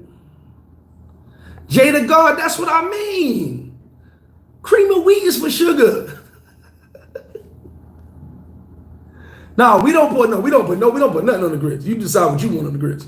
But There you go. Glenn Bull said butter and sugar. All right, I can't argue with it. Some people like sugar in their grits. Corey Kingston TV. Shout out to my bros. Stay tuned. September 3rd, Kings Urban Music Festival, Miami Ball. And as I said, time out. I got Corey Kingston on here. This episode of Sunday Service is sponsored by CJDR Properties. Contact me for all your needs, construction, property assessments, and so on. And get at me. I'll link you direct to the guys. The best place to get cold wings and warm beer is FlipFlop Sports Bar, baby. We won't disappoint. Or we might. I don't know. Yeah, I'm in the agreement. It depends what you want, man. I've been to about a few clubs out here. Clubs are dope out here. If you stay in the Gringo Triangle, you got Mavs, which is terrible. You got Doce Vida. You got Casablanca. There's another spot I just found the other day. I just found the spot the other day. Local found it. Excuse me, I ain't never been there before, but it's right in that little circle. And you got a bunch of clubs all around. Oh, Indonesia, 60 days. Damn, there you go. Mega said, is it true there's been an influx of Chinese? Nah. Taiwanese were always here. Chinese were always here. When I told a story. I went to Santo Domingo back in, I want to say 13 years ago. I went to Santo Domingo and I was blown away by how many Asians there were there. Blown away. I couldn't believe it. So yeah, they've always been here. There's no extra influx. They've been here. All right, there we go. Get y'all tickets, y'all. So we got that September 3rd going. Do we have a site, Corey Kingston? Send me the site so I can post it as well. I forget the damn site.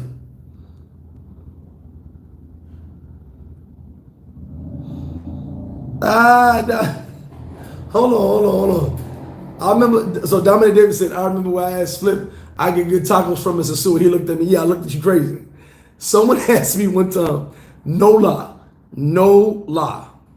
Someone came to me one time and said, yo, Flip, what's up, baby? How you doing, man? They're like, yo, where's that chicken spot at with the good chicken? I was like, what you mean? What type of chicken you looking for?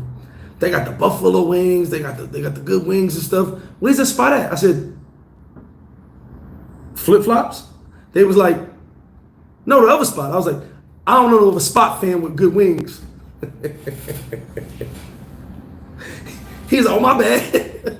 I'm like, what? The wing spot? What are you talking about? FlipFlop. I don't know about them other spots.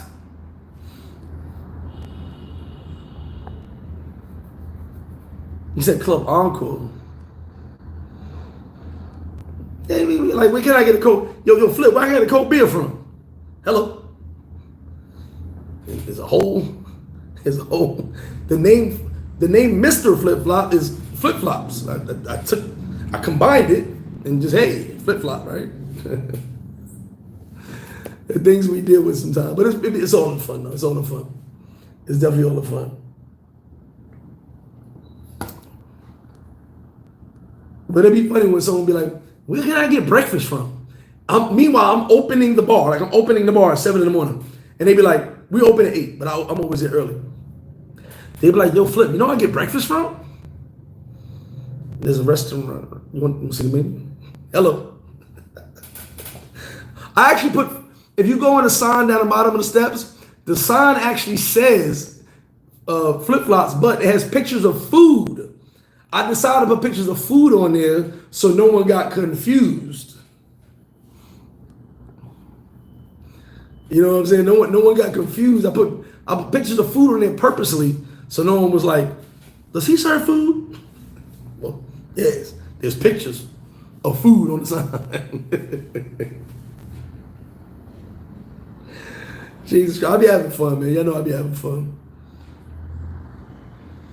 But that's, like I said, that's also what separates us from everybody else, man. And I'm blessed with that because when I started FlipFlop, I didn't follow nobody. I didn't go to other restaurants and see what they were doing. I wanted a place that I like. I put all the places I've been to, my likes and dislikes, and I put the places I like. That's what it's about. Yeah, JRF YouTube 2013. China could give DR anything it wants. Go look up America's Backyard. The free zone in DR is owned by America. America's Backyard explains to you why America invaded DR 2 or 3 times, was stuck on Cuba, stuck on Jamaica, and what's the other island? There's one more island. Stuck on the islands nearby because it's called America's Backyard. China could do whatever they want in DR. America knows everything that's going down. Put it like this. America approved the Chinese deal in DR. How about that? Go look up America's Backyard. America don't play that, man. Why did the Cuban Missile Crisis was such a big deal? Because America's right there. America protects themselves at their borders. So trust me, the only reason the China deal went down away from Taiwan, because America approved it. America told go ahead, go get your money. Get your money, baby. Go get your money. China ain't doing shit in the Dominican Republic. No bases, no taking over airports, none of that shit. America ain't having that. Trust me when I tell you. And you ain't gotta believe, you can look this shit up yourself. America's Backyard. That's the Caribbean. And America holds that shit down real tight.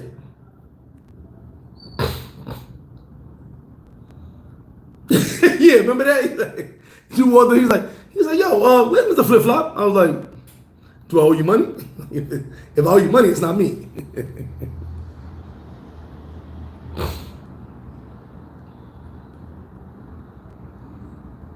Oh, definitely. Trust me, I know. Listen, I know my ish. I ain't gonna just live there and not know what the hell I'm talking about. I know my ish. It was Taiwan, and Taiwan's actually trying to. Believe it or not, there's a big thing right now that they're talking about. I stay in tune with the news a little bit here, a little bit there. Excuse me. Taiwan is petitioning America and DR to get their contract back.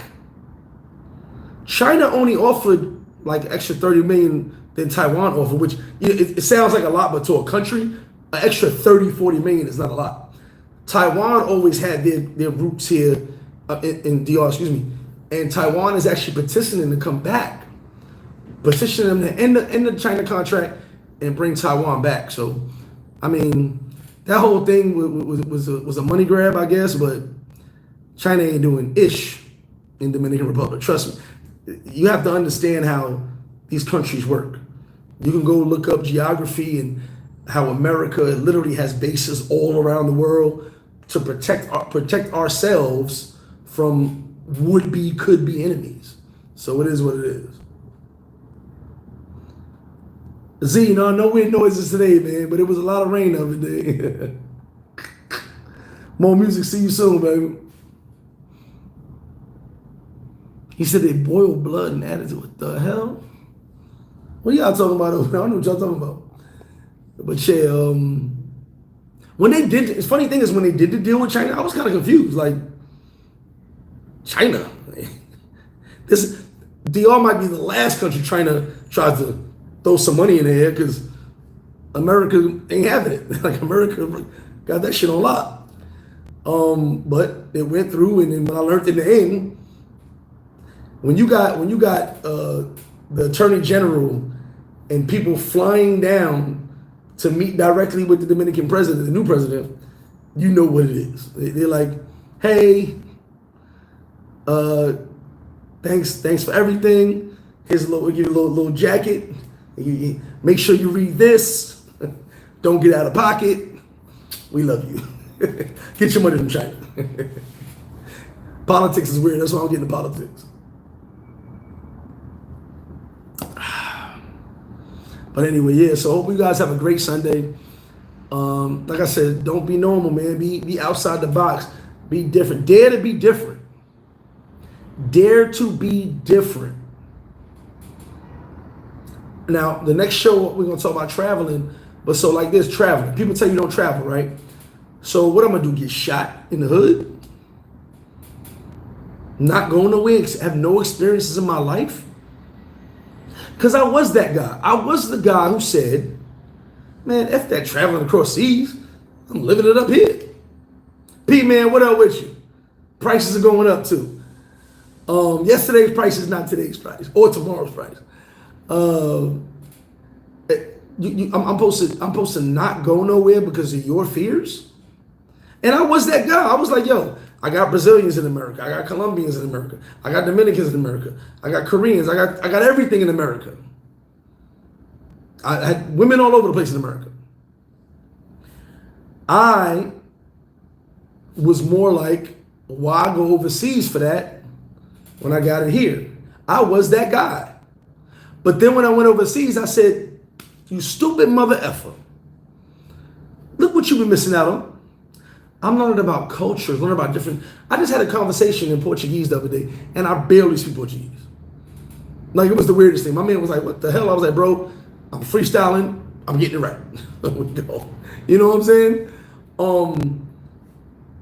It is one of them things where you should travel to see how blessed you truly are.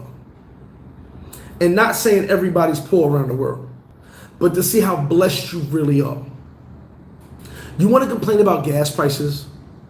Travel. And if you're not in the right location, you're going to take your first cold shower of your life. If you're not in the right location, you can't brush your teeth with the tap water. You got to think about these things. Travel so you can have experiences outside of what you already know. Travel so you can see life in a different viewpoint. Some of us got the horse blinders on. We only know this. Turn to the left, turn to the right. I did it wrong, but it is what it is. Turn to the left, turn to the right. There's a whole world out there. My first trip was to the Bahamas, and I went crazy. I left a 10-foot snowstorm, and I'm walking on the beach. Chicks just throwing themselves at me. And I'm like, I'm good, I'm good. Chicks asked my mother, can I have your son? They asked my mother. And I was like, I'm good, ladies, thank you. You know, everybody thought I was a football player, so everybody's like, yo, what him? When the music would turn to the next song, I hear someone say, baby, leave him alone. He's in the NFL. He's trying to enjoy his vacation like you are. And my mom laughing like, I don't play in the NFL, but I looked it. And I'm like, you know, but I'm just enjoying walking on the beach by myself with a drink in my hand. Like, oh my God, I've been missing this. I've been missing this all these years. All the years I told everybody, man, F y'all. I could have been overseas. But I'm glad I finally did and experienced things. I'm glad to be living in the Dominican Republic, my favorite country to live in. I love all these countries I visit, but Dominican Republic is it for me. I'm missing home right now. I'm definitely missing home. Shout out to everybody in Dominican Republic right now, having a good time. I'll see y'all soon. You know?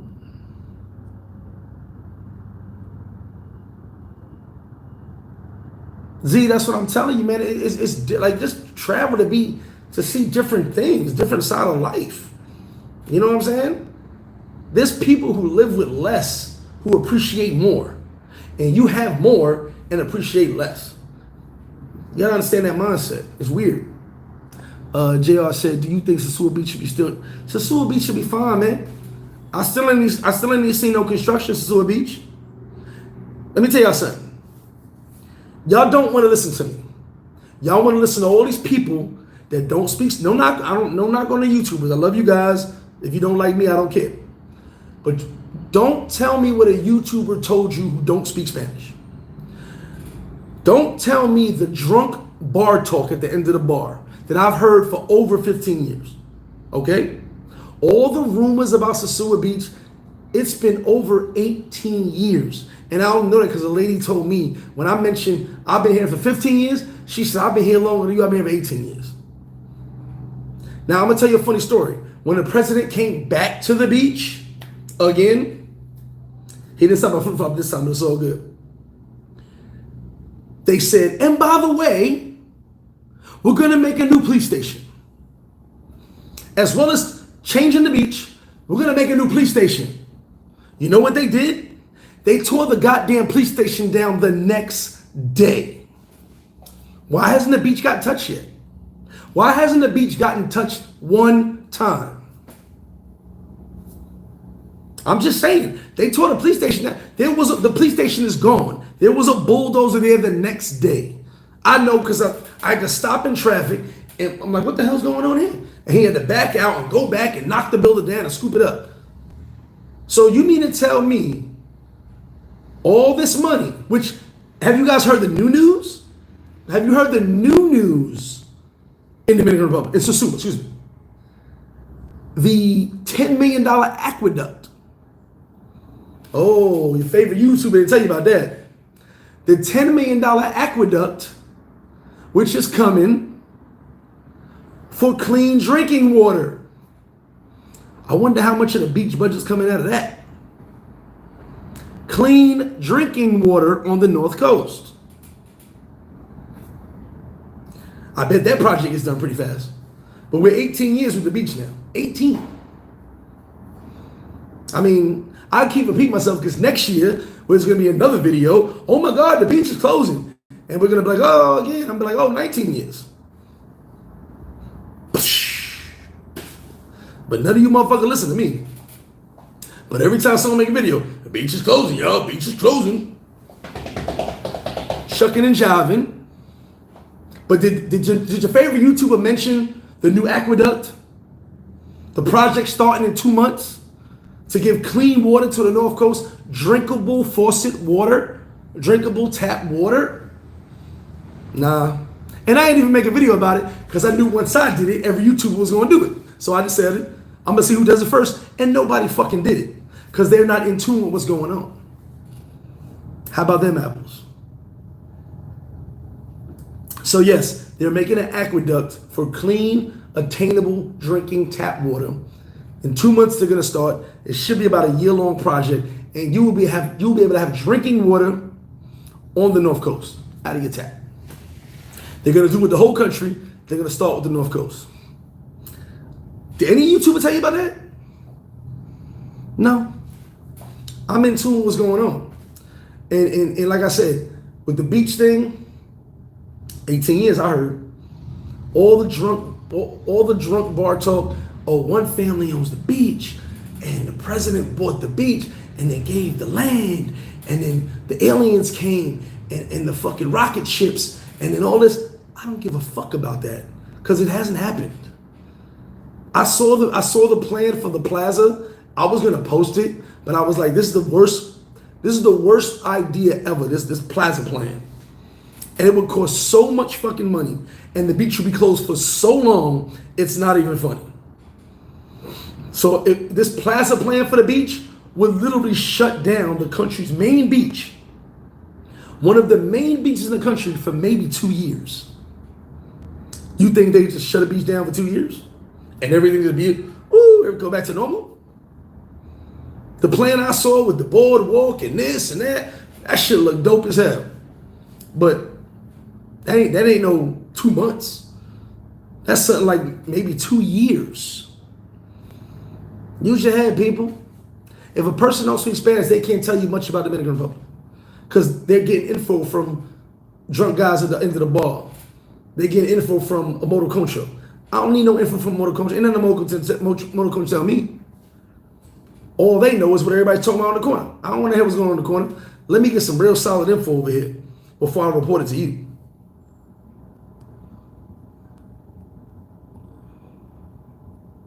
Abaco, oh, okay, I ain't never been there.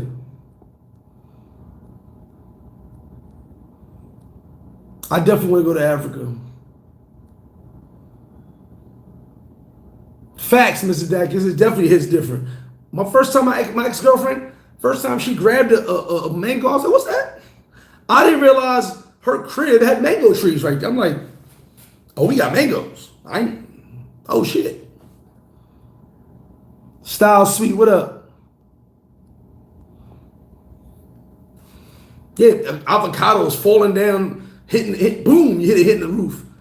Oh, shit. Matter of fact, one of my peoples was parked at their girl crib. I think it was that. I might be wrong. And we heard a boom, and the windshield got cracked. It was a mango. The mango fell off the tree, cracked the homie windshield. I was like, oh, fruit.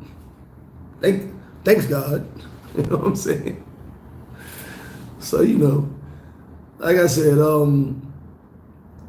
another thing, like I told you guys, I think I said it before, be careful traveling to Santo Domingo.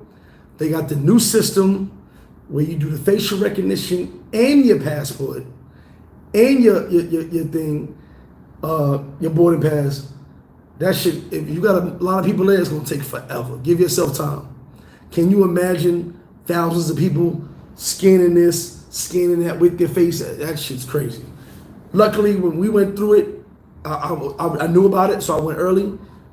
The system is crazy. I don't know, it's definitely slowing things down, and people just ain't getting the passport face. They're not getting that. So if you go flying out of Santo Domingo, give yourself time because it ain't easy. And I just flew out of there, so I already know. Luckily, I paid this, that. Okay, thank you, sir. I'm out of here. But it's not easy for the average person who don't fly much to understand that. So any questions before we get out of here? We get almost 2 hours, man. Appreciate y'all rocking with me. No, the system is in Santo Domingo, it's the scan. They got the scan here in Brazil. But in Brazil, you only scan your boarding pass. So you go, boop, you got your name and you walk through. Dominican Republic in Santo Domingo right now is the boarding pass first, then your passport, and the facial recognition together. So you got to hold your passport and get your face recognized in the front camera at the same time. That's weird, and it's super hard if you don't know what you're doing. Like I said, it's easy for me. I know, boom, let's go. But for most people who don't travel a lot, they're sitting there doing, it's just not working. So the turnstile, and it's only 4 of them. It's 4 turnstiles. So you can imagine a few thousand people, matter of fact, even a few hundred people trying to walk 4 turnstiles in the entire Santo Domingo airport. Go there early because it ain't easy at all. Like I said, we got lucky. I always go early. Shakur, what up, baby? I always go early, and I was prepared for it because I heard about it. The news actually made a thing about it saying, hey, be careful. I didn't know what it was, though. They said the new system. When I went in, I immediately knew that was it. Because you could imagine 1 million Americans who probably never did that before, 1 million fucking Dominicans who probably never ever did anything like that before. And swiping your boarding pass is one thing, but putting your passport down on the same pad and looking up to get the facial recognition at the same time, that ain't easy at all. So it's making it longer and longer and longer. So if you fly to Santo Domingo, give yourself time. I'll be honest, if they make that the new system, Santo Domingo is going to be hell. If they bring it to Santiago, that's going to be hell because that's just too much. And then you got to go through immigration. No, then you got to go through scanning and then immigration. That's a lot. So, oh, they have it in Bogota? See, I didn't even know that. I had to deal with that in Colombia. Yeah, that's a lot. El Delor, what up? Shout to you. Yeah, no, it's like, it's just too much. And it's something you got to get used to. And they only got 4 lanes. That's the worst part. They got 4 lanes.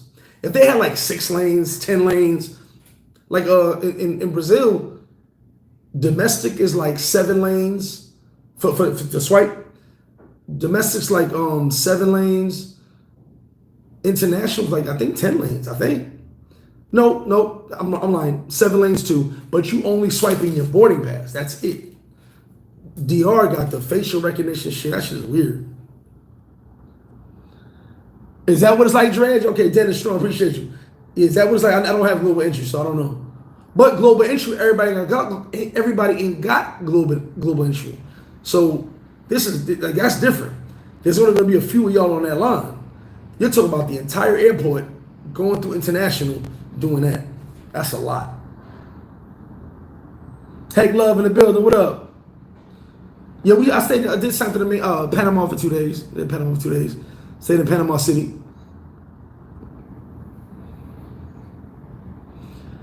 Hey, Dennis Strong, I'm with you on that. You'd have to be in Sosua and holler at the guys when you're there, man. I'm with you on that. I don't have to creep cam myself, but it's popular, so a lot of guys do it. As long as I'm not in the creep cam, I mean, I don't like it, but you know, I actually had people walk up on me and show me they want a creep cam. Like, yo, where can I find this dude? I'm like, I don't know. You know what I'm saying? A lot of these creep cam YouTubers, I don't know them personally. I've seen them. Some of them I know who they are. I've seen them, and I'm just like, hey, they don't affect me, so it is what it is. Yeah, but you still for Santo Domingo, you still gotta do the facial recognition.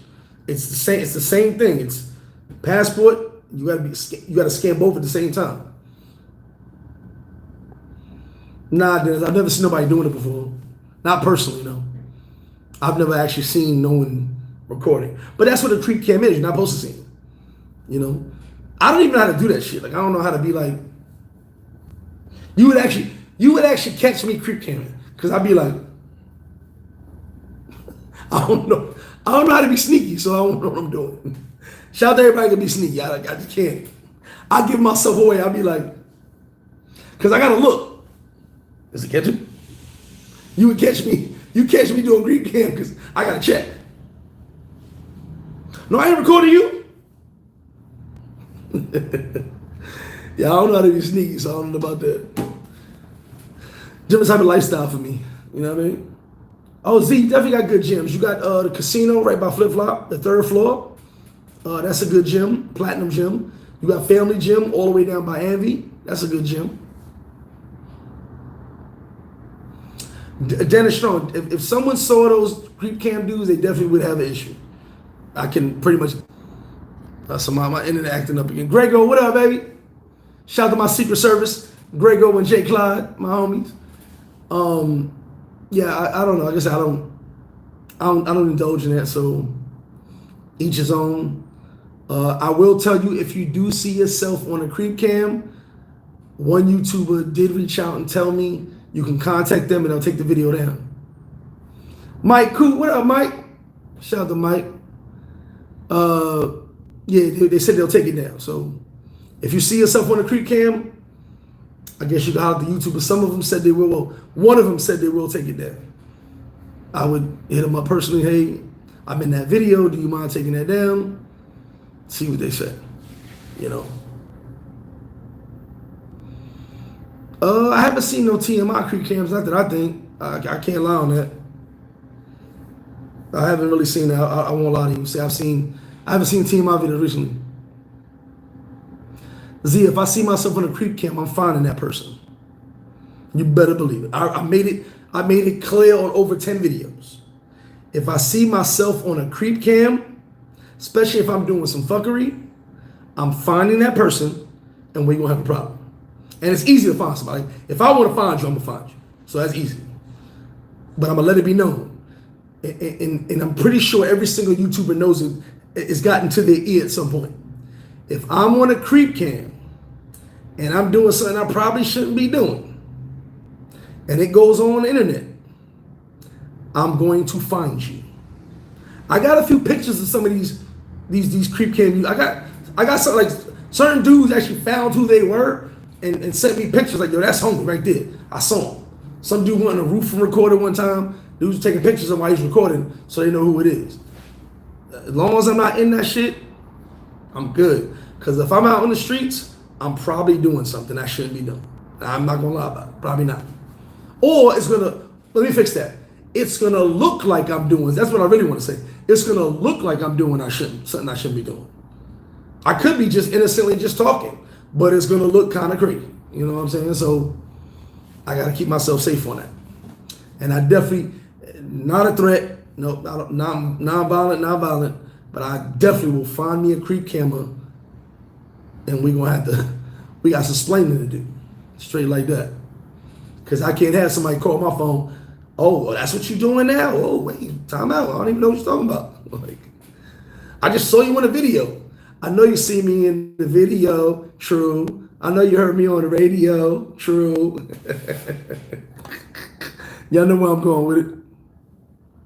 Nah, it's to a point, man. Like I said, it's to a point, and I mean, see, the thing I can tell you is these creep cams are everywhere. It's not just Sosua. Sosua gets a bad rap, and I'm gonna tell you why Sosua gets a bad rap, and I'm gonna go into this next week too.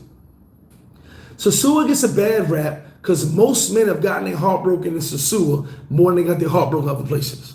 So when someone's talking down on Sosua, there's 30 dudes that got their heart broken by a hooker, and they're like, yeah, F Sosua. Yeah. You know what I'm saying?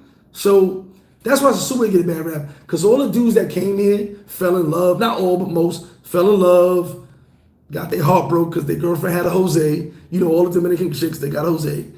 And they got their heart broke, so now they hate Sosua. But then they go to other places where the chicks is coked up, where the chicks is drugged up, and they be like, these the baddest bitches in the world. No, they just not giving you no personality. They not being personal with you. It's business, and it keeps you focused. But when a Dominican chick sells you on a dream, and she sold you a dream like you were trying to sell her, she won because she out hustled you and messed your head up. So that's what it really is. Sosua gets a bad rap because a lot of guys who can't come in here fell in love and got jerked. That's just what it is. And a lot of guys will tell you I'm right. They won't say it in the open, but listen, I know a lot of versions of stories, that the real version compared to the version your mans in them told you. You know what I'm saying? I had your mans in them call my phone and be like, yo, don't tell my cousin, bro, but let me tell you what I just did. I just sent $2,000. What? But like I said, they got to tell you their version to keep themselves safe. All good, Dennis. Yeah, the hotel, the casino, and Classico, 60 million.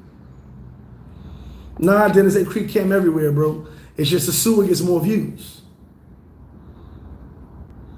Can you find love in Brazil? Nah.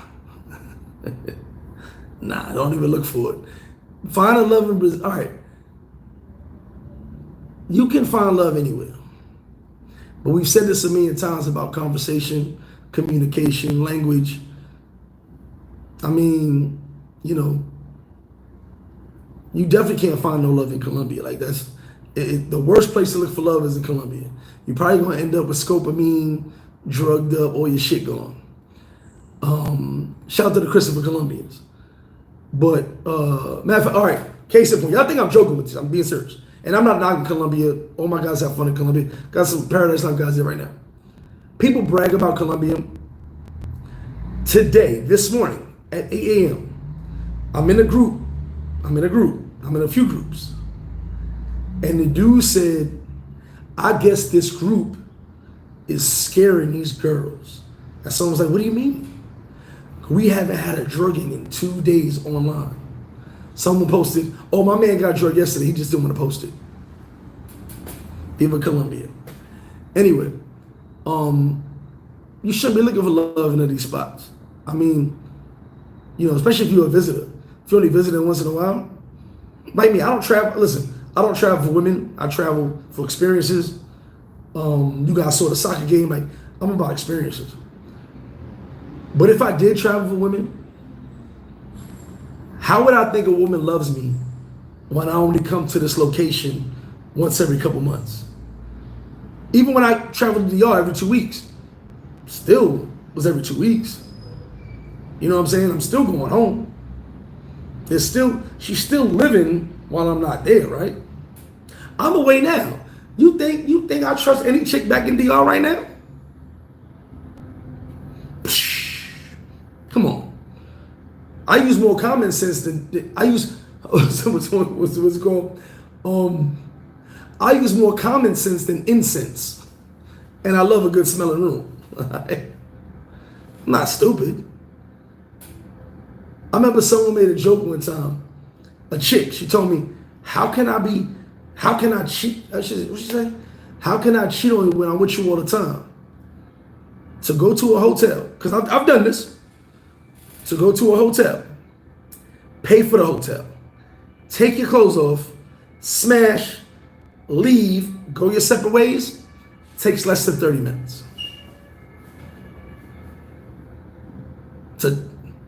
Oh, you with me all day? Hey, where you been for an hour and a half?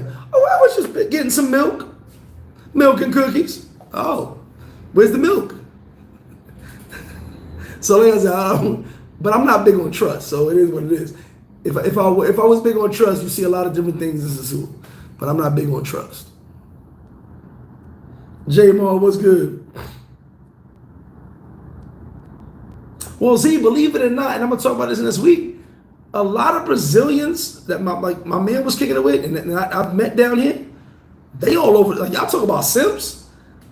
We were going over like chicks that he had met because he been here longer than me. Brazilians in Colombia right now. You saw the Brazilian that was in Sosua, Portugal, Germany, ones in China. What the fuck's in China? I don't know. Dudes is taking Brazilians all over the world. But y'all talk about DR though. Messing the game up in DR. My man showed me all these chicks, they all over the world. I was like, oh shit. All over. Chicks is in, there's 2 Brazilian chicks right now in Cartagena at this moment. Chicks is in Portugal, Spain, Germany, Italy. I'm like, God damn. Okay. Brazil up. If it's up, this is up. If it's up, then it's up. Shucking and jiving. Then y'all go back to your crew and be like, we don't love them hoes. I ain't shit. I ain't never gonna be shit. Genocide say he found love. I think you did too. Well, I wouldn't let nobody touch my drink at Mavs. J Marv, Passport Bros is dope, man.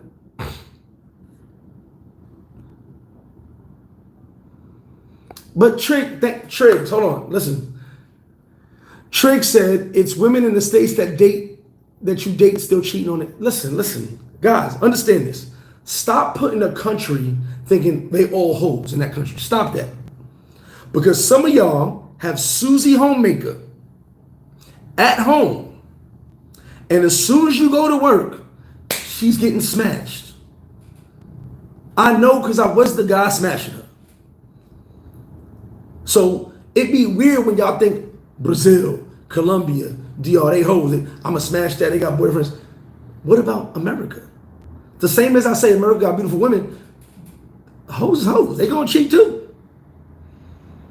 There's not one woman in this world, well, maybe your mother. Not one woman in this world you can sit there and say, I know for a fact she would never cheat on me. Not one. And some of you guys like, you don't know my woman. You don't know my woman. Man, I know women. I know women.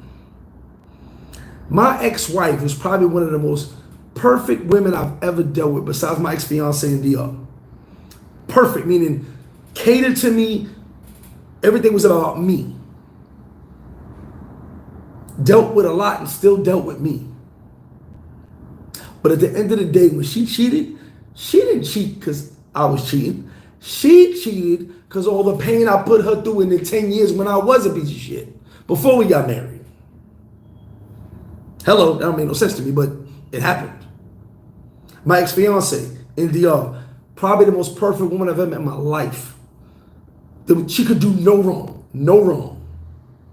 I messed that up because I just couldn't believe there was a woman this good. She was. I messed it up. She held me down, but at the same time, I was always like, I don't know. You know what I'm saying? But that's from my experience with my ex-wife, because like I said, my ex-wife could do no wrong. My ex-wife had the keys to the safe. She had the code. She had everything. She knew everything. I never trusted no one like I trusted her. She knew everything. Still found a way to cheat. And the wild part is, honestly speaking, we spoke about it. She didn't want to cheat. She was so hurt by the things I had already did to her. She was like, this dude's cheating. He gotta be. Because when I got married, I did chill. I chilled out. And she was like, he gotta be cheating. He's being too perfect right now. So she went and said, fucked around. Is what it is, my man.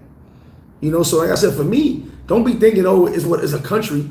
Everywhere in the world, man. Like, you guys got this thing mixed up that there's only hoes in one country.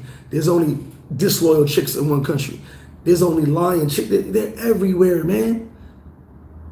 Some of y'all are liars because you're lying to yourself. Men. You're lying to yourself thinking, not my woman. She different. And give a woman an opportunity. Like you get the opportunity to smash something, give a woman an opportunity, she gonna smash something too. It's a new day and age, man, now. Really, there's no more such thing as hoes no more. A hoe is a woman that just takes money for sexual pleasure or sexual favor. That's a hoe. A chick sleeping with different men because she wants to, that's no longer a hoe nowadays. She's a promiscuous chick. We're in a different era now, where chicks want to smash whatever dudes they want to smash and don't want to be asked any questions. It is what it is. Well, see, the problem is I only know a couple that speak English, and it's hard to, two of them got boyfriends, so it's hard to really talk to them. And you got to say something. When a chick has a boyfriend, she's not getting on camera. No President of Black still, baby.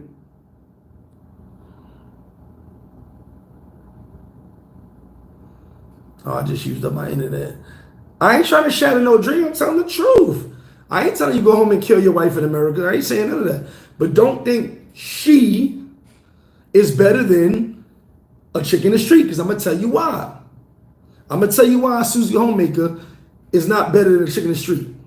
Because the chick in the street is going to tell you, I'm a hoe. I do this for money. I need to feed my kids. Susie Homemaker is like, I love you, boo. I'm loyal to you. I love you so much. And she's worse than the chick in the street.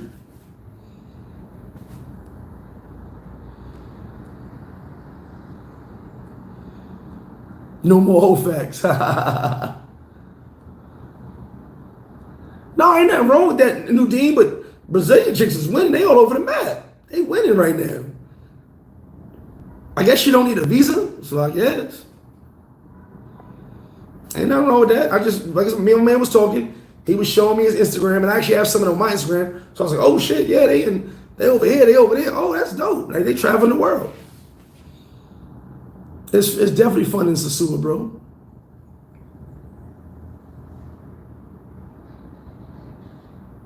Oh, genocide. Let me tell you something. Listen, side chicks nowadays want you to have a girlfriend or a wife. That's what the world is different. Oh, goody, what up with you? That's where the world is different now. Side chicks want you to have a girlfriend or a wife because they want to be the side chick. I tell you, I used to be one of the best side dudes in the world because you ain't got to worry about me. If I swear to God, if we in the same club, I'm not even going to look in your direction. Nothing. No one's going to even be like, yo, my homie, look over here. I'm not even going to be like this. Shucking and jiving at my table. I ain't gonna look in your direction. No one gotta know we smashing with me and you. It is what it is. My home, like I got dudes that don't even know. They're like, yo, you seen Sosa? No, I ain't seen her, bro. I don't know her. I might have smashed her. Like, it is what it is. That's not for everybody to know, because certain people have certain situations, and I gotta respect that. Same way they gotta respect my situation.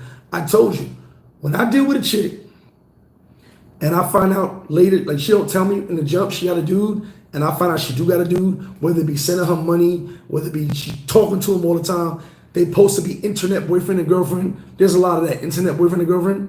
As soon as I find out you still dealing with somebody, boom, that's my out. Cool. You dealing with somebody.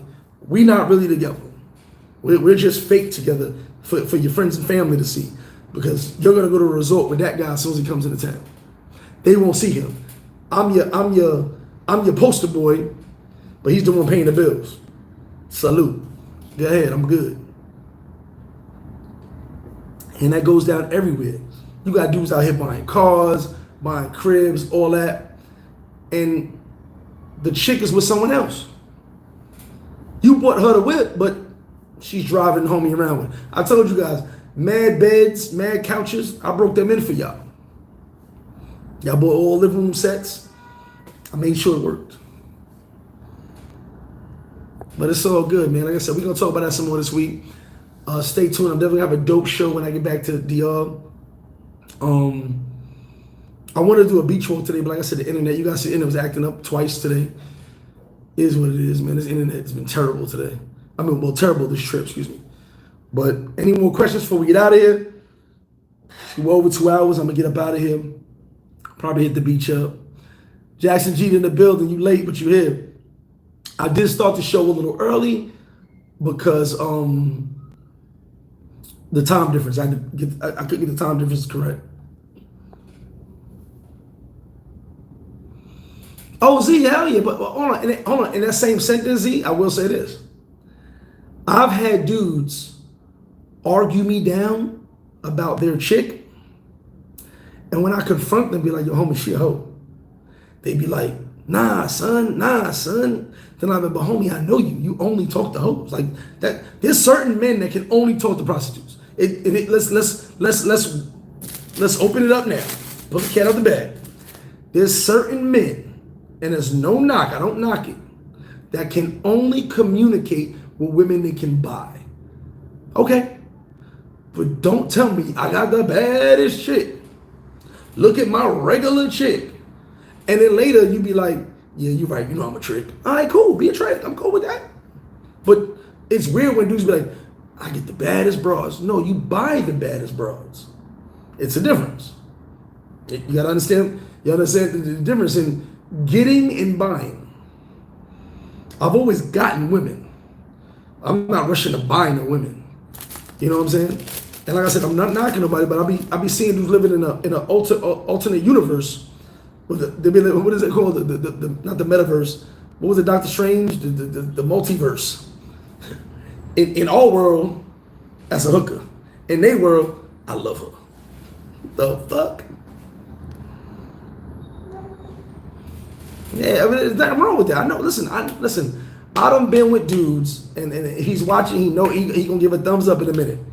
I done been with dudes where there's 1,000 women in the street. 1,000 regular girls, like just regular chicks out partying, and dudes be like, yo, let's get out of here. Huh? Yo, I wanna go back to Sosua. What you mean, bro? This shit is popping. Ain't no chicks out here. Are you blind mother? What? For him, ain't no chicks out there. Cause ain't nobody he can approach and make an offer to. For me, I can go talk in everybody's fucking ear and go home with anybody that night. But we're different. He needs transaction. I need personal.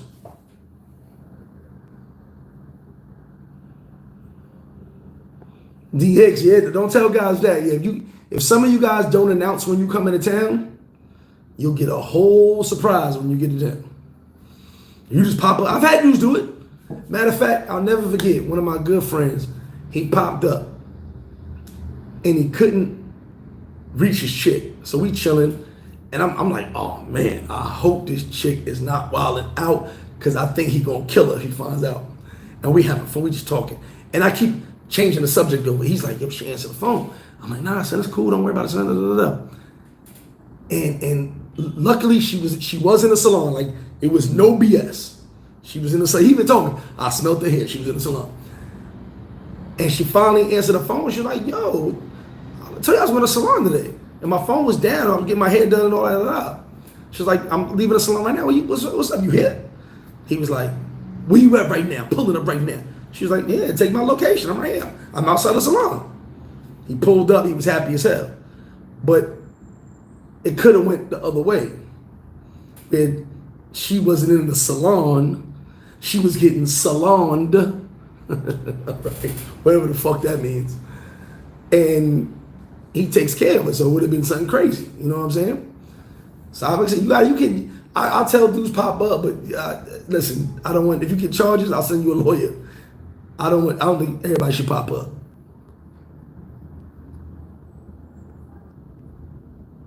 No, 100%. But see, listen, I don't have no problem talking to a woman. You know what I'm saying? For me, it's actually opposite. I'm going to tell you why it's opposite. When I'm traveling, right, and there's women around, like I said, I don't travel with women. So and there's women around, I'm in an awkward place, and I'll tell you why I'm in an awkward place. Yes, there are dudes that only travel to monger. I don't knock that. I got a lot of monger friends. Some of my friends are the best mongers ever. There's nothing wrong with that. But I'm in a position where I'm not there for that. I'm here with the guys, with the crew, da da da. So other guys who are not there for that, they kind of chilling too, but maybe that draws them into that, or maybe not. That's cool. But I'm in an awkward position because I look like the odd man out, and I'm like, here's what it is. You know what I'm saying? I don't get on a plane and be like, I gotta smash 4 a day, 5 a day. That's just not my thing. I've never, it doesn't really cater to my lifestyle. You know what I'm saying? So I'm around my people. It's no big deal. It is what it is. But I don't knock them. They don't knock me. They tell their stories, like how we talk our shit, whatever. But I don't have to get on a plane and go find me a chick at the beach. Go find me a chick at the club. That's just not my thing. I don't have to do that. You know, past 2 days I've been in the crib reading. Like, yes, someone said before, you're on vacation reading? Yes, I'm reading. Learning more useless facts. Like, I'm the king of useless facts. But also clearing my head. My biggest thing is when I'm traveling, I'm clearing my head. Like I said, a lot of conversations this trip, a lot of time to really analyze what I'm doing, what I'm about to do, how I'm about to change the way I do things at FlipFlop, Paradise Life. I'm just, analyzing how I do a lot of stuff. But I take me time. I got no schedule. My alarm's not going off. I don't got to get up and go nowhere. So I can just take my time. Go on the app, order some food, go out, get some food, whatever it may be. Go to a restaurant or just chill in the crib and order food and read more. You know what I'm saying? But I can do that because this is also me time. Because as soon as I get back to DR, it's back to work. It's working. The best manager in the business. As they say, I guess, right? I want you to remember something though, real quick. When someone calls me a manager, ask them how their business doing. Mic drop. When someone be like, yeah, that manager flip-flop, ask them how their business is doing.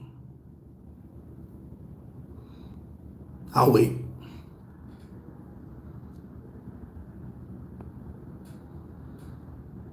Nah, they exist, bro. Treg's right, they can't accept reality. Gina said, don't pop up in the sewer, somebody with your boo. All facts. Z, hey, it is what, listen, I have no knock on that, bro. None of that bothers me. Like, all right, I know and there's more, I know more than that, but 3 of the top mongers in the world, and I mean this with all my heart. Like I said, when guys be over there bragging about what they be doing, I know 3 of the top mongers in the world.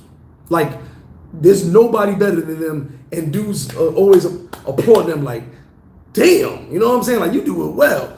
3, 2 of my very good friends. And like, these guys have been doing it forever, and they get top model material every trip. All right, and I got a lot of manga friends. No knock that. And I remember about 7, 8 years ago, one of my friends was like, we were talking about traveling for women. A lot of guys get mad at me when I be like, I don't travel for women. So one of my guys, one of the mongers, has said, he goes, Greg is the only guy I know that don't need to travel for women. He said, when you see how Greg moves and how he interacts with women, you could tell he's not a monger. He's talking, which is why Greg will go home alone, because I'm not trying to I don't mind paper play. I've done it. I have no problem with it. But when I say he said my interaction is different the way I talk. When most people are talking about a transaction, I'm talking about, hey, how you doing? You know what I'm saying? Not saying I won't talk a transaction. Like I said, I'm not knocking that. Not saying I won't. I'm talking about my everyday thing. And this is coming from a guy who gets women back in the States and all that, got money, all that, but he's one of the top mongers I've ever met. And both of them said the same thing about me. They were like, out of all the people we know, Greg is doing everything we doing back home. And that's what I've been doing.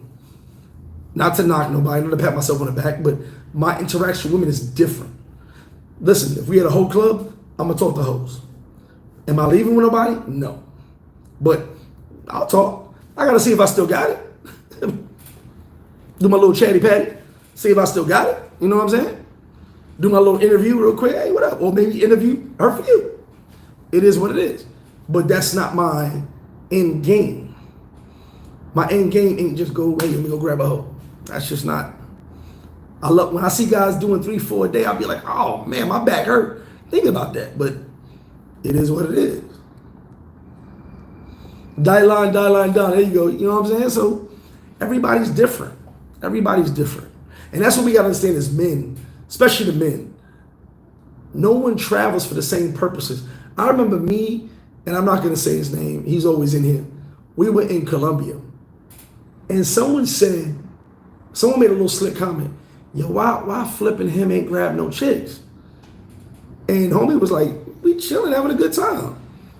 And I said, you must not travel a lot, because you see me, like, you let the women in my life tell you I smash chicks all over the world. Thank you. You've given my penis a lot of credit, but no. Like, my chicks will tell you, you always over there fucking hoes. All right, whatever you want to say. But that's a woman being a woman. But my friends will tell you, man, Greg, you really be chilling. Yeah, I be chilling, bro. Russell Taylor will tell you. We was in Cuba. He was like, none of this shit phases you. I was like, nah, bro. It's every day for me. This is nothing. I've been dealing with women since I was 11 years old. Women. And that's just not a big, like, my interaction with women is different. You know what I'm saying? If I'm talking to this young lady over here, and I know, you know, I'm kind of cute, I guess, right? But she don't want me because I'm cute. She want me because she needs a couple of dollars. Cool. My interaction was gonna be different. But if I see that chick over there that's at the register working, or that's sitting at the table by herself and she's not interested in nothing about me, I want to talk to her. I want the one that nobody else can get. That's what I want to talk to. You know what I'm saying? I want the challenge. I want the challenge of knowing that while everybody's grabbing these girls, there's those couple girls over there that no one wants to talk to because they know they're not just throwing themselves out there. I want to talk to them. I want to get their number. That's why I'm different. But like I said, we having fun, man. Everything's about having fun and enjoying life. You travel how you travel. And don't get it messed up. If I ever want to mess with some hoes, I'm gonna mess with some hoes. I ain't gonna tell you no different. Like, don't be like, Greg's an angel. He don't mess with hoes. Nigga, if I want to mess with some hoes, I'll mess with hoes, but I don't. Not recently, at least. Not the past couple of years. So yeah, I kind of canceled that out. Josh, what up with you? I canceled that as I got into relationships and dealt with people on a different level. But I don't want to sit there and say don't mess with hoes. I ain't gonna tell y'all that, because I don't want someone woke up on one day. I'm walking with a chick. You don't mess with hoes, right? Oh shit, man, you don't keep quiet. Like I said, it's a double-edged sword. I play both sides of everything. But I just travel for my experiences, because of where I'm from, people don't get to travel, man. A lot of them dead or in jail. The only travel a lot of dudes in my neighborhood do is on that blue bird from facility to facility. And if you know what I mean, you know what I mean. If you don't, you won't. But it's much love for me to you guys. 2 hours and 30 minutes. I'm gonna get up out of here. I plan to be back in DR real soon. I gotta get back, and we'll be doing another dope show, a couple dope shows I got in mind for you guys. Stay tuned for more. Appreciate y'all supporting the movement. Y'all see that? Hold on. That Paradise Life right there. Catch Flight Not Feelings. Y'all hit that merch store. Get your merch. Appreciate y'all supporting the restaurant, FlipFlop Sports Bar. #1 on the North Coast. Not because I say it's #1. You guys said it's #1. I don't need to be out here talking, I'm #1. You guys said we're #1. That's what it is. So much love from media. Peace, Felicia. Peace, Dirty Workers. Peace to all y'all. MrFlipFlop, and I'm out. Much love.